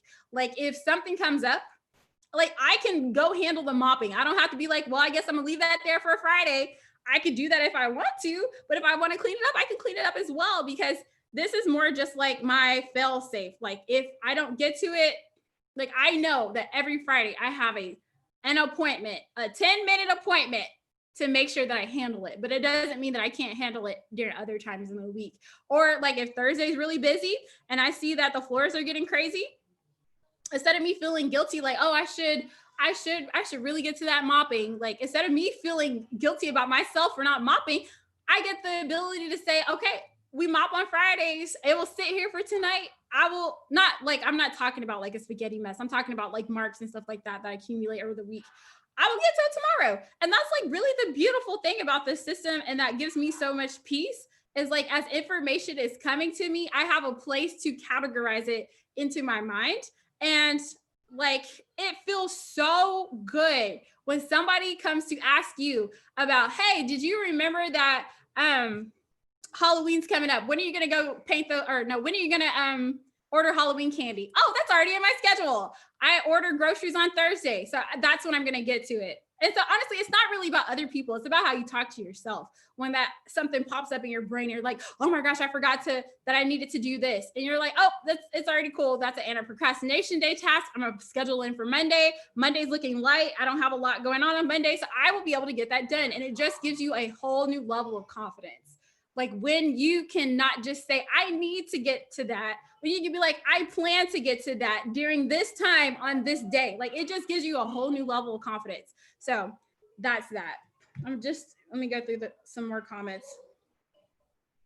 Megan says, the only thing that prevents me is my 1-year-old. He is climbing and falling. It seems like every time I let him out of my sight for more than a minute, he's up on something. That is so relatable, Megan. That's kind of what I'm going through with my twins right now. I have twin baby girls who are 2 years old.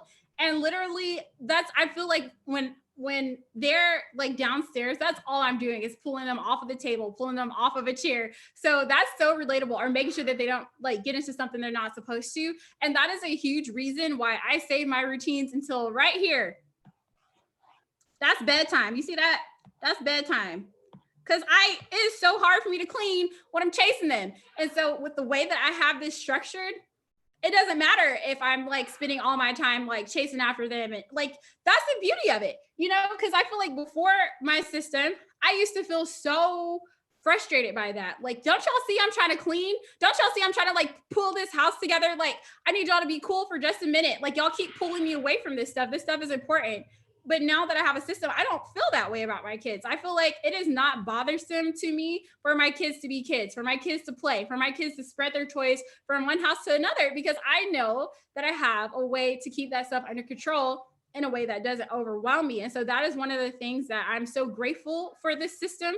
Why I'm so grateful for it is because when I don't constantly feel like I'm behind, I don't allow like that energy to trickle into the way that I treat my children, because there was a time where it did. Like I used to be so frustrated. Like, why do y'all have to like undo all of this work? Y'all saw I just cleaned this. Why are you spreading it from one side of the house to another? And now I'm just like, let the kids be kids. I know that I have a method that I could take care of this, and I don't have to do it at the same time that I'm pulling my kids off the table. Like I can schedule this into my life in a way that makes sense. And my girls, they take a nap between 10 and about 11:30. So if I wasn't virtual schooling, then this would also be a time where I could be getting some stuff done. And the beauty is I could be, are you guys seeing, is it frozen? Hold on 1 second, you guys. I think I'm frozen.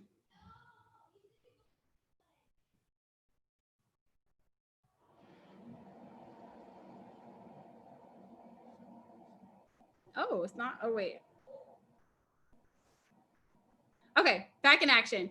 That's another thing, especially for moms who have to do this stuff nap time warrior style. I understand that there are times where your kids won't let you do anything. I can't even tell you how many YouTube videos I have tried to find with housekeeping routines for moms with young kids. That's one thing I do not like about the get it all done mentality, which is cool if you have the time, space, or support to do that. But for those of us who have to clean while also taking care of our kids, it just doesn't work. And then you feel this pressure, like when your kids are taking a nap, that you have to do all the cleaning. You have to catch up. That's catch up time. And it's not right. It's not fair to me, because I also need to be making sure that I'm fueled and that I'm in a good mood when these girls wake up, because I want to make sure that I have energy to chase after them. And if I spend all of their nap time cleaning, I'm just going to be tired and not in a good mood. And so that's another thing that I like about this system, is that I can do this stuff during their nap time. I can take 15 minutes to do a zone cleaning project and 10 minutes to handle one of my weekly home blessing tasks. And then I can use the rest of that time to rest, to feed myself, to take a shower, to do something to get me in the mood that I need to be in for round 2. And so that's why I'm just like, we can get all of this stuff done, you guys, but it does not have to all be done at once. We have to make sure that we're planning and spacing this stuff out in a way so that we can also show up as the moms that we want to be. And it's so hard to show up as a mom that you want to be when you're burned out and when you're tired. And so there's another way. That's simply what this whole thing has been about, is to show you guys that there's another way. And if you open your mind up to how to work this into your life creatively, not only are you going to be able to accomplish this homekeeping stuff, you're going to be able to do more things if you want to than you've ever imagined. Like, I never imagined that I would have time to produce 3 videos a week for the last several weeks of this homekeeping. I was never imagined I could like find the time to do that I could be creating resources while I'm also doing virtual school. I never imagined that I could find the time. And that's because when I sit down for these pockets of time in the morning, I don't expect myself to do the most, y'all. I just simply say, I'm showing up. Like, I know I don't want to show up right now. I'm showing up and I'm just going to like move forward, and I'm just going to keep trying my best. And I'm going to tell you guys this, and just to really show you guys the magic of progress, not perfection. Because there have been times during the week where I'm just like, I don't know, because, you know, as a recovering perfectionist, sometimes I struggle with that tendency of feeling like I need to have the whole presentation for the weekly, for the Peaceful Homekeeping Challenge. I need to have it done today. And I'm like sitting here trying to work on it, and I realized that I'm not on track to getting it done today. And I eventually got to a point where I was just like, you know what, whatever happens, happens. I know that I'm going to sit my butt on this couch. I'm going to work on it every day for an hour or however long I have. And wherever I land on Sunday, that's where I land. And you guys, every single week, I have just surprised myself with how much I've been able to produce because I consistently sit down to work on it. I could have easily been discouraged and been like, it's not possible. Do you see like what my schedule looks like? Not, and like, I could have easily put myself in a position where I'm like, I'm not even going to try. It's not even possible. I'm not even going to try, because that's what perfectionism tells you to do. Perfectionism says it's too big, so don't even worry about it. Just let that go, sis. Like, just put that on the back burner. We'll get to it later. And I could have easily listened to perfectionism. I could have done that. But the part that's hard is making myself sit down, being like, it's not all going to get done today, but I can show up and do what I can for this hour. And then whatever doesn't get done, I'll move it over to tomorrow, and I'll move it over, and I'll move it over. And then, like I said, every week, just having the attitude of consistently showing up, making a little bit of progress on it every day, you know, I'm able to come and have my presentation ready and have more than what I thought I was going to get ready. Produce resources, produce a planner, get this uploaded on Etsy, get these, you know, get all the stuff done. And it's just crazy. Sorry, my tablet just died. So to me, it's really just about progress, not perfection. Sometimes we think that if we can't get it all done in one day, that it's not powerful, but baby steps add up. That is literally what this is about. It's about those baby steps, and they add up. And like, I feel like I'm a living testament to that, because there was a time where I didn't always believe it. And now I do. Like, I've confirmed that to myself and my spirit and my soul in more than one way. And so let me go ahead and wrap this up so that we can get you guys out of here at a reasonable time. And then I'll jump into comments at the end. So let me go back to the PowerPoint. Okay. I want to read you guys a quote from the Fly Lady book that I read as I was implementing this. You guys know that as I was going through this system, I was reading the book, and my initial intentions were to get all the information first and know how to do everything first, get my control journal together first, and then I would implement. But as I was reading the book, she really encouraged me to not do that, to just get up and start where I was, start where I am. And so I'm like implementing the system at the same time that I'm like reading the book. And I told you guys I had this story where I realized that something inside of me, something had changed. And at the time I couldn't quite articulate what that was, but I feel like I can do so today. And a large part of that is because of this challenge. Because when I show up to show you guys what I'm doing, it makes me really reflect on like myself and why like things work out the way for me, work out the way that it does for me, and like why I feel so much relief. And so I thank you guys for pushing me to do this, because it kind of makes me realize that something really big actually happened to me. And my dream is to be able to pass that on to more moms so that you guys can experience it as well. But I tell this story of when I think I had like a really busy, crazy long day. And because I learned through this system that I need to take self care more seriously, I already committed to taking a bubble bath. Like that was the last thing that I needed to do. And so I can't even tell you, like, usually usually before I wasn't scheduling that type of stuff into my life, because I'm like, what am I doing taking a bubble bath when I have all this crap over here that I need to do? Like, I'm not done. Like, my list is not done. I have so many urgent things on my life. But I got to a point where I started breaking down my schedule. I started doing things in bite-sized pieces. Like, instead of looking at my whole to-do list, I just looked at all the things I had to do on a Monday. I can't remember what day it was. And as far as I was concerned, I was done for that day. I did my morning routine. I did a little bit of zone cleaning. I did a little bit of my weekly home blessing. And the little things on my to-do list, I had plenty of time in my schedule to check it off. And I think we went shopping or something like that. So I was actually a little tired that day because I was doing something else that wasn't like cleaning related. And so I had this bubble bath scheduled, and I went and I took the bubble bath. And I just thought it was so weird that I just felt like so much relief kind of flow through my heart, because as I was like experiencing like this relief just kind of come over me as I was like taking care of myself and sitting in that bubble bath, I looked over and I could see my bathroom counter. And you guys know on this system, when we do zone cleaning, this is not a 1 day fix all. This requires consistency and slowly making those changes in your environment little by little by little. So at this point, I had not reached my bathroom counter yet. So it was cluttered. And I remember just feeling like conflict in my mind, because my brain was telling me, like, a little piece of it was telling me, like, hey, like, what are you doing over here, like taking care of yourself and relaxing and, feeling all this relief when that counter over there is still crazy. And like, I feel like in that moment, like that was just pivotal for me, because I'm just like this is what it really means for me to like to experience progress, not perfection, and for me to experience self-love on a different level that I've been able to up until that point. And for me, like, I felt better because I could see things progressing. And I knew that it was just a matter of time before I could get to that counter. And I just allowed myself to just enjoy that time. And so I knew that something, like I said, it was just kind of a weird disconnect. How do you take care of yourself? How do you take a moment? How dare you when you see that thing over there needs to get done? And when I was taking this bubble bath, I had my Fly Lady book and I decided to read the last few pages of the book.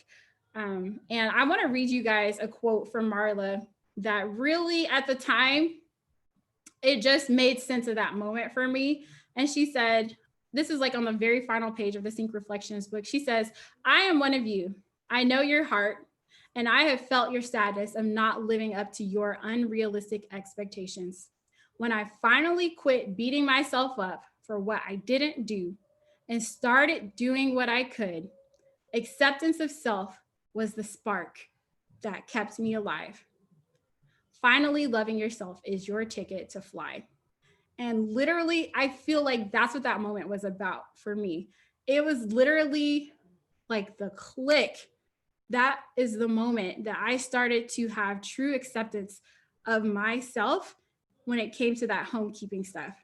And to me, self acceptance does not mean that I have to be perfect today. That means accepting the things that I'm doing, as well as accepting the things that I haven't gotten to yet. Like, I get to take the full package of myself, because what I was doing before is I was ignoring the things that I was doing. I kept telling myself that it wasn't enough. Like, look at all this other stuff that I have to get done. And I was mad at myself for all the things on my list that wasn't done. And that was the moment where I felt like I can integrate both of those things. Like, I'm going to give myself a freaking pat on this back because I made a plan. I was consistent. I showed up for my zone cleaning. I showed up for these routines. I did the things that I said I wanted to do. They were realistic, and I showed up, even though I don't love cleaning. I didn't want to do this today.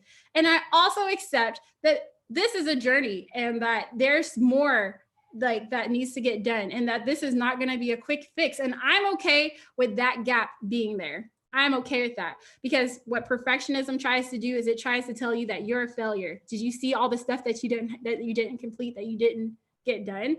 And I think that was the moment that I decided that I'm not going to look at my life like this anymore. And so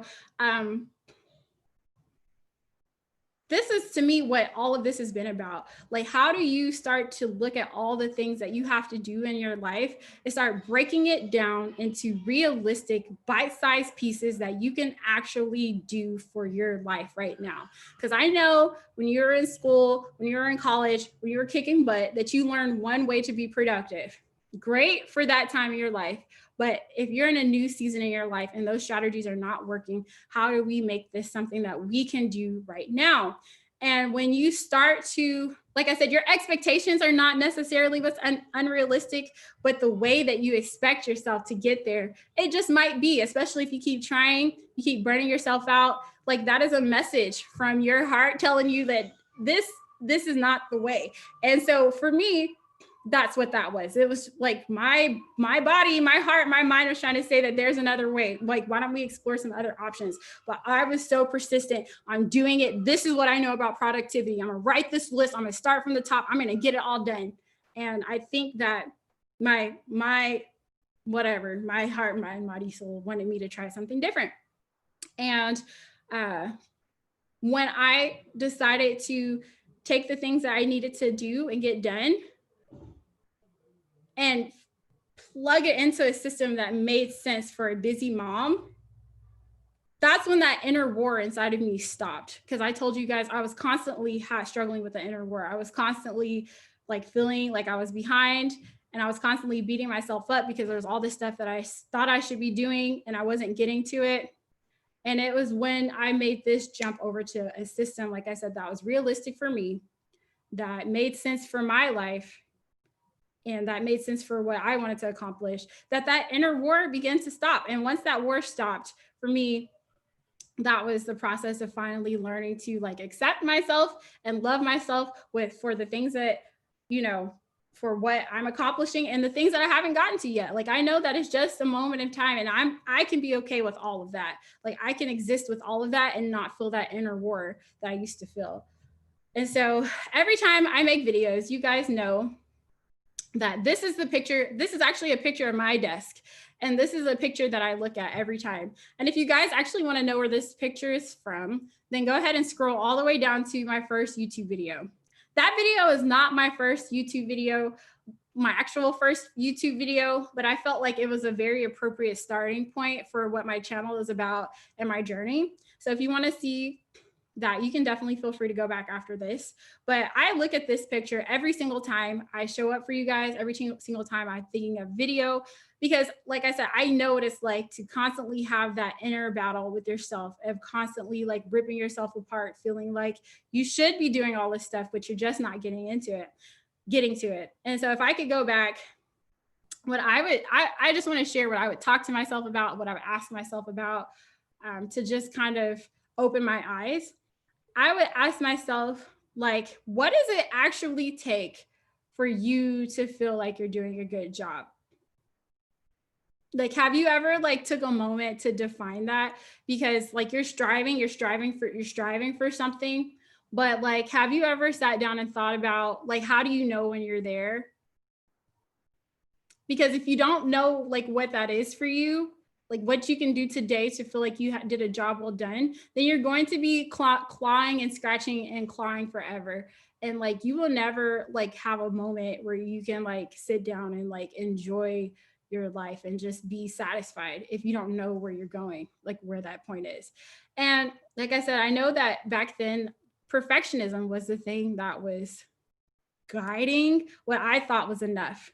And I've told you guys in other videos, the problem with perfectionism is that it doesn't actually exist. The standard is actually not there. It's invisible. Because once you hit that standard, your brain will just find a new set of standards for you to reach. Once you hit that, it is ongoing, it is forever. And so I would ask myself, have I ever really thought about that? Like, am I chasing something that's realistic, or am I chasing something that simply doesn't exist? And I would tell myself that in terms of like goals, like homekeeping and your family goals and stuff like that, that you feel like you should be getting to, like that is not out of your reach. But the way that you think that you should go about it, like that is actually what's out of your reach. And you can actually accomplish that stuff and so much more if you just take a moment to think about your strategy. I would tell myself that you have to be careful with your thoughts because, as I mentioned at the beginning, the way you think, I feel like your thoughts are so important. Like your thoughts can be useful because they can help you create, new things, your creativity. But if you're not careful, your thoughts can also be the thing that tears you apart inside. And like if you're constantly thinking negatively about yourself and you're constantly beating yourself down, I would tell myself that you can reach your goals and not experience the toxicity. Like you can let go of the toxicity and still reach your goals. Like you don't have to do that. And so I would tell myself that it's okay to like accept that you can reach your goals, but I need you to realize like it's a process and you can do it and you can inch your way there and you can do it in bite-sized pieces. And you don't have to do everything right now today in order to start feeling worthy. I would tell myself that, yeah, perfectionism is what tells you that. Perfectionism is what constantly keeps your attention on the lingering part of your to-do list. Perfectionism is what constantly reminds you of all the things that you haven't gotten done. And perfectionism never acknowledges you for the way that you're growing and the way that you're progressing and the way that you're serving your family. And if you continue to be controlled by perfectionism, like you will never feel like it's enough. I would tell myself that perfectionism is a lie. As I mentioned before, it's simply an illusion. It's a distraction. And if you're constantly distracted by all the things that you feel like you should be doing and that you're not getting to, then it's very difficult for you to do the things that God has put into your heart and into your life. Like it's hard for you to use your gifts for what you're supposed to use them for if you can't even focus on your gifts and your talents and what you can offer the world because you're too busy focusing on that to-do list and all the things that you haven't gotten done. So I would tell myself that if you feel like you don't want to be controlled by perfectionism, like that is a heavy burden and it is one that you could take off today, right now. And by deciding to let go of that burden of perfectionism, that doesn't mean that you are going to meet your goal today. Doesn't mean that your house is going to be clean today, but you can start going down the road of progress and slowly making things better for yourself little by little. And I would tell myself that the path of progress is extremely healing. And I would tell myself that the path of progress is for anyone. It doesn't matter where you're starting. It doesn't matter how good you think you are at cleaning. It doesn't matter how bad you think you are at cleaning. It doesn't matter how much you believe in your ability to stick to routines. It doesn't matter. Progress is for anybody and it accepts you where you are, because no matter where you are, if you decide to get on the path of progress, you can still grow no matter where you're starting from. I would tell myself that when you start to go down the path of progress, you will start to realize that you don't have to clean all day. You don't have to work all day. You don't have to bustle all day to get stuff done. You can also choose the slow and steady path. The slow and steady path is also productive. And here's the catch though. Although the slow and steady path is easy, when you're looking at it on a day-by-day basis, I would tell myself that there are going to be some days where you don't feel like making progress. You're going to wake up and you're going to know that your morning routine is only 15 minutes. Why don't you just go ahead and do the dishes? And you're going to feel a force that tells you, oh, the dishes are not so bad right now. Why don't you just skip your routine? You can always catch up later. It's going to be time for you to show up to zone clean. And you're just going to feel like, I would rather just sit on the couch. And I know that it's only 15 minutes, but it's not a big deal if I skip it. And you're going to hear a lot of pressure that's going to tell you that what's the point? Like you don't have to show up. Also, like you can't even accomplish that much in 15 minutes. You're going to hear a lot of chatter. And what I want you to do is learn how to get your headphones on, turn on your music, turn on your audiobooks, turn on your podcast, and show up anyways.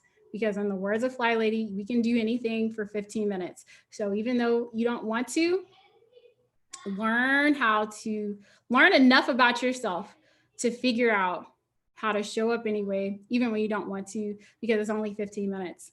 And learning how to be someone who moves forward, makes a little progress, even when you don't want to, that is the price that you have to pay if you want to grow. And I would tell myself that it's totally worth the price to experience the rewards that are on the other side of growth and consistency. And you guys, as I mentioned throughout this whole thing, this is not just for homekeeping. You could literally take pretty much everything that you've learned here in the peaceful homekeeping system and apply it to your real life, your real goals, and your real dreams. And that is kind of like the bigger purpose behind this, is because I want to see more moms creating the space and time in their life to go for the things that they actually want to do, because I feel like homekeeping is such a huge distraction when you have homekeeping tied into like perfectionism. But when you can learn to separate those two things out, you can handle the homekeeping. You can handle the homekeeping in a way that feels realistic. And then it's like you start to create more space, more energy, and more time for you to work on the things that, use the skills and use the gifts that God has gave you. Oh, I can't talk. Use the gifts that God has given you to like do other stuff, do the stuff that feels good to you, do the stuff that feels meaningful to you. And you could do both, and it really just requires that you kind of lift up that veil of perfectionism. And I feel like through my homekeeping, that is an opportunity for me to learn how to let go of perfectionism every single day. But like, if you choose to let go of it and you choose to go down the path of progress, you're going to get so much done, and you're going to get more done than you thought was ever possible. So that is what I would tell myself. So for this week, you guys, we're going to start putting this into practice. I know that it looks like easy to do when it's somebody else's life, but sometimes when it's your own life, it takes time to figure out exactly what works. And so that's okay if you don't nail this stuff on your first week. If it doesn't work out, you guys know I tell you every single week, try something, just try it, put it on paper, plan it out, try to show up as often as you can. And then at the end of the week, ask yourself how you felt about it. If something feels like it's too hard, figure out how to tweak, figure out how to make it easier, put it on your planner and try again the next week. And if it still feels too hard, maybe we need to scale something back, But that's what I want you guys to do. I want you guys to experiment with all the pillars of the system and see how you can put it into your life. And here, like I said, let me turn my thing back around. Go back to page 1. So yeah, like I said, I gave you guys, this is a resource. I'm gonna go ahead and leave the link down. I went ahead and put this on my Etsy shop. I thought that was just a really cool way to be able to support the channel, but you don't need to have a planner in order to start working through this and figuring out how you can break your to-do list and your goals into bite-sized pieces and integrate it into your life in a way that makes sense. So this is a planner that I have available, and each day, or however you want to spread this, because you guys see I don't zone clean every single day. I don't do my weekly maintenance every single day, but just use this as a guide to help you rotate between the different categories of things that we have to get done. And you guys, a common theme that I've told you guys throughout this whole thing is it's kind of like school. I don't know how far we would have made it in school if every subject we felt like we had to finish it to completion before we gave ourselves permission to move on to the next class. So kind of treat it like you treat school. You have this little time block, this 15 minutes to work on your morning routine. When that time block is over, it's time to move on. Go to the next block. That's 15 minutes as well. However you need to space this out. When that time block is done, move up. You need to hit at least one of these weekly maintenance tasks, or you can do them all in one day, depending on however you want to do it. When that's done, move up, knock something off of your to-do list. And to me, you want to, kind of like with school, you want to make sure that you're being balanced and that you're trying to do a little bit of all the things that you have to do. Even if you can't do it perfectly well, it doesn't matter. You're not going to assess how well you did based on how much you got done. You're going to assess it by, did I try my best to show up today? And if you tried your best, that's it. A plus. And just like in school, like if you didn't finish doing everything you wanted to do for one of these categories, you get to come back tomorrow. Tomorrow is a new day to try to get through these categories again. And if you try your best to be balanced with the way that you're approaching this stuff, you're going to just realize that it really pays to not get hyper focused on just one type of cleaning. And you're going to start noticing things change in your environment, and you're just going to start to feel more and more confident. And like, I hope that this will be a good resource to help you remember that you want to just try to do a little bit of everything. And over time, consistency is what makes things kind of start falling into place. And if you're consistent, like doing these steps over the course of a month, over the course of 2 months, like you're going to just notice just transformation. And so that is it, you guys. That is the Peaceful Homekeeping Challenge. I cannot believe we're done. We did it, you guys. And thank you guys for playing such a huge role in the journey. Let me unshare now. I think I'm done sharing. Yeah. I thank you guys so much for challenging me to do this and playing such a huge role in the journey for me, because now it's like, it's one thing when you do stuff and you're just like, oh yeah, this is cool, it's working out. But it's another thing when you really have to reflect and think about the transformation that you have been on personally. And like, yeah, it's just really cool to just think about, because I didn't realize, like I knew that I was feeling better. Like I knew that I was feeling relief, but I never really sat down and thought about like why.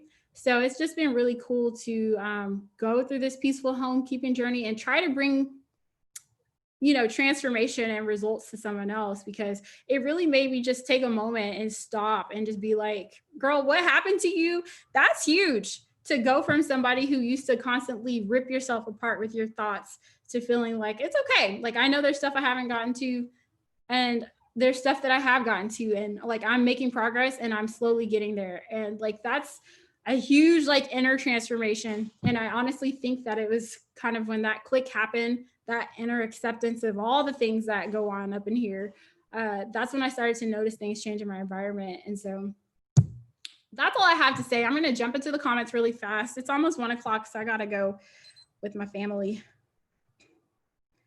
Nurse Mom Fly Baby, thank you so much for the $4.99, girl. Thank you. I appreciate your support. That is so awesome. Okay. Remember to give a thumbs up. Yes, please. Thumbs up. That helps. Oh, thank you so much, Nurse Mom Fly Baby.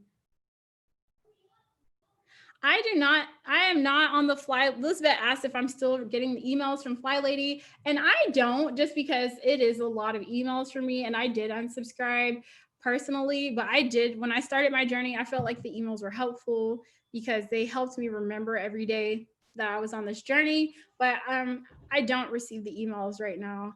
And so, yeah, I'm afraid of being on my own. Are you talking about like the challenge being over? I'm not sure. And yeah, there are Fly Baby groups on Facebook. If you're on Facebook. Okay. Daisy says that she runs one and you don't have to do it alone. And so you guys know I'm thinking about trying to do the community. And I honestly could not think about the community too much. I've kind of did a little bit of research on it, but I had to get through this challenge, you guys. This was kind of like this challenge was something that really pushed me to grow in terms of believing in progress over perfectionism. But I can't do it all. That's what I keep telling my working moms. We can't do it all. You know, sometimes there literally comes a limit where you need to start asking for help. And so either for me to work on that right now, I would have had to bring in some help, or I could just have to do this first and then work on the group second. So that's what I'm going to do. Now that this is over, I'm going to start seeing what I can do in terms of making that happen. Lede is thinking about getting a community together. I signed up in the Friday Live. Yeah, I'll go ahead and leave a link after this video for people who are interested in the possible group that we are gonna try to put together, I'm gonna leave a link where you can just sign up for like a waiting list, if you will. So I'll leave that down in the description box as well. Well said. I feel exactly the same. Oh, wait, that's to Crystal. Let's see, what did Crystal say? Don't ever beat your own self up. People line up to do that for you. Exactly, Alice. Like, it's so true. Thank you, Lede. It's been so encouraging. I'm so happy to hear that. Thank you so much for the challenge. I'm so happy to hear that you guys were able to get something from this. So that makes my heart happy. That's one of the biggest problems. Moms keep trying to do it all and they think they should be able to do it all each day. Yeah. That's what I used to think for a long time, and it will totally just start to break you down from the inside out. And so I'm glad that I was able to get out of that loop so that I could take my attention off of that and put my attention onto something that I feel like is more useful and that makes my heart happy. I feel like that's the reason why I could show up to do these YouTube videos, because this is like self-care for me. Like it's cool to learn how to grow. It's cool to connect with you guys. It's cool to like do something that actually helps people. And so like for me, I don't think about like YouTube as like work, but like I tried to do YouTube, but I kept like getting distracted by like all the things. And so it's cool to like be able to know that those things are under control, they're taken care of. And now like I have space and capacity in my life to like do other stuff as well. So that's just what I really want for you guys, because like for some of us, we're just not gonna like cleaning, and that's okay. Like we could still get that stuff done and like do the stuff that we like as well. So, all right, well, I'm gonna go ahead and wrap this up. It's 1 o'clock, you guys. I need to go eat lunch and like talk to my kids. And so I will see you guys. Oh, this is it. I don't know what we're going to do. I guess not next Sunday. I don't know. All I know is I'm taking the week off. So y'all don't expect to see me this week. I feel like I really pushed myself and I'm just so proud of what I've accomplished. I'm taking this week off. So I will see you guys when I come back. All right. Bye.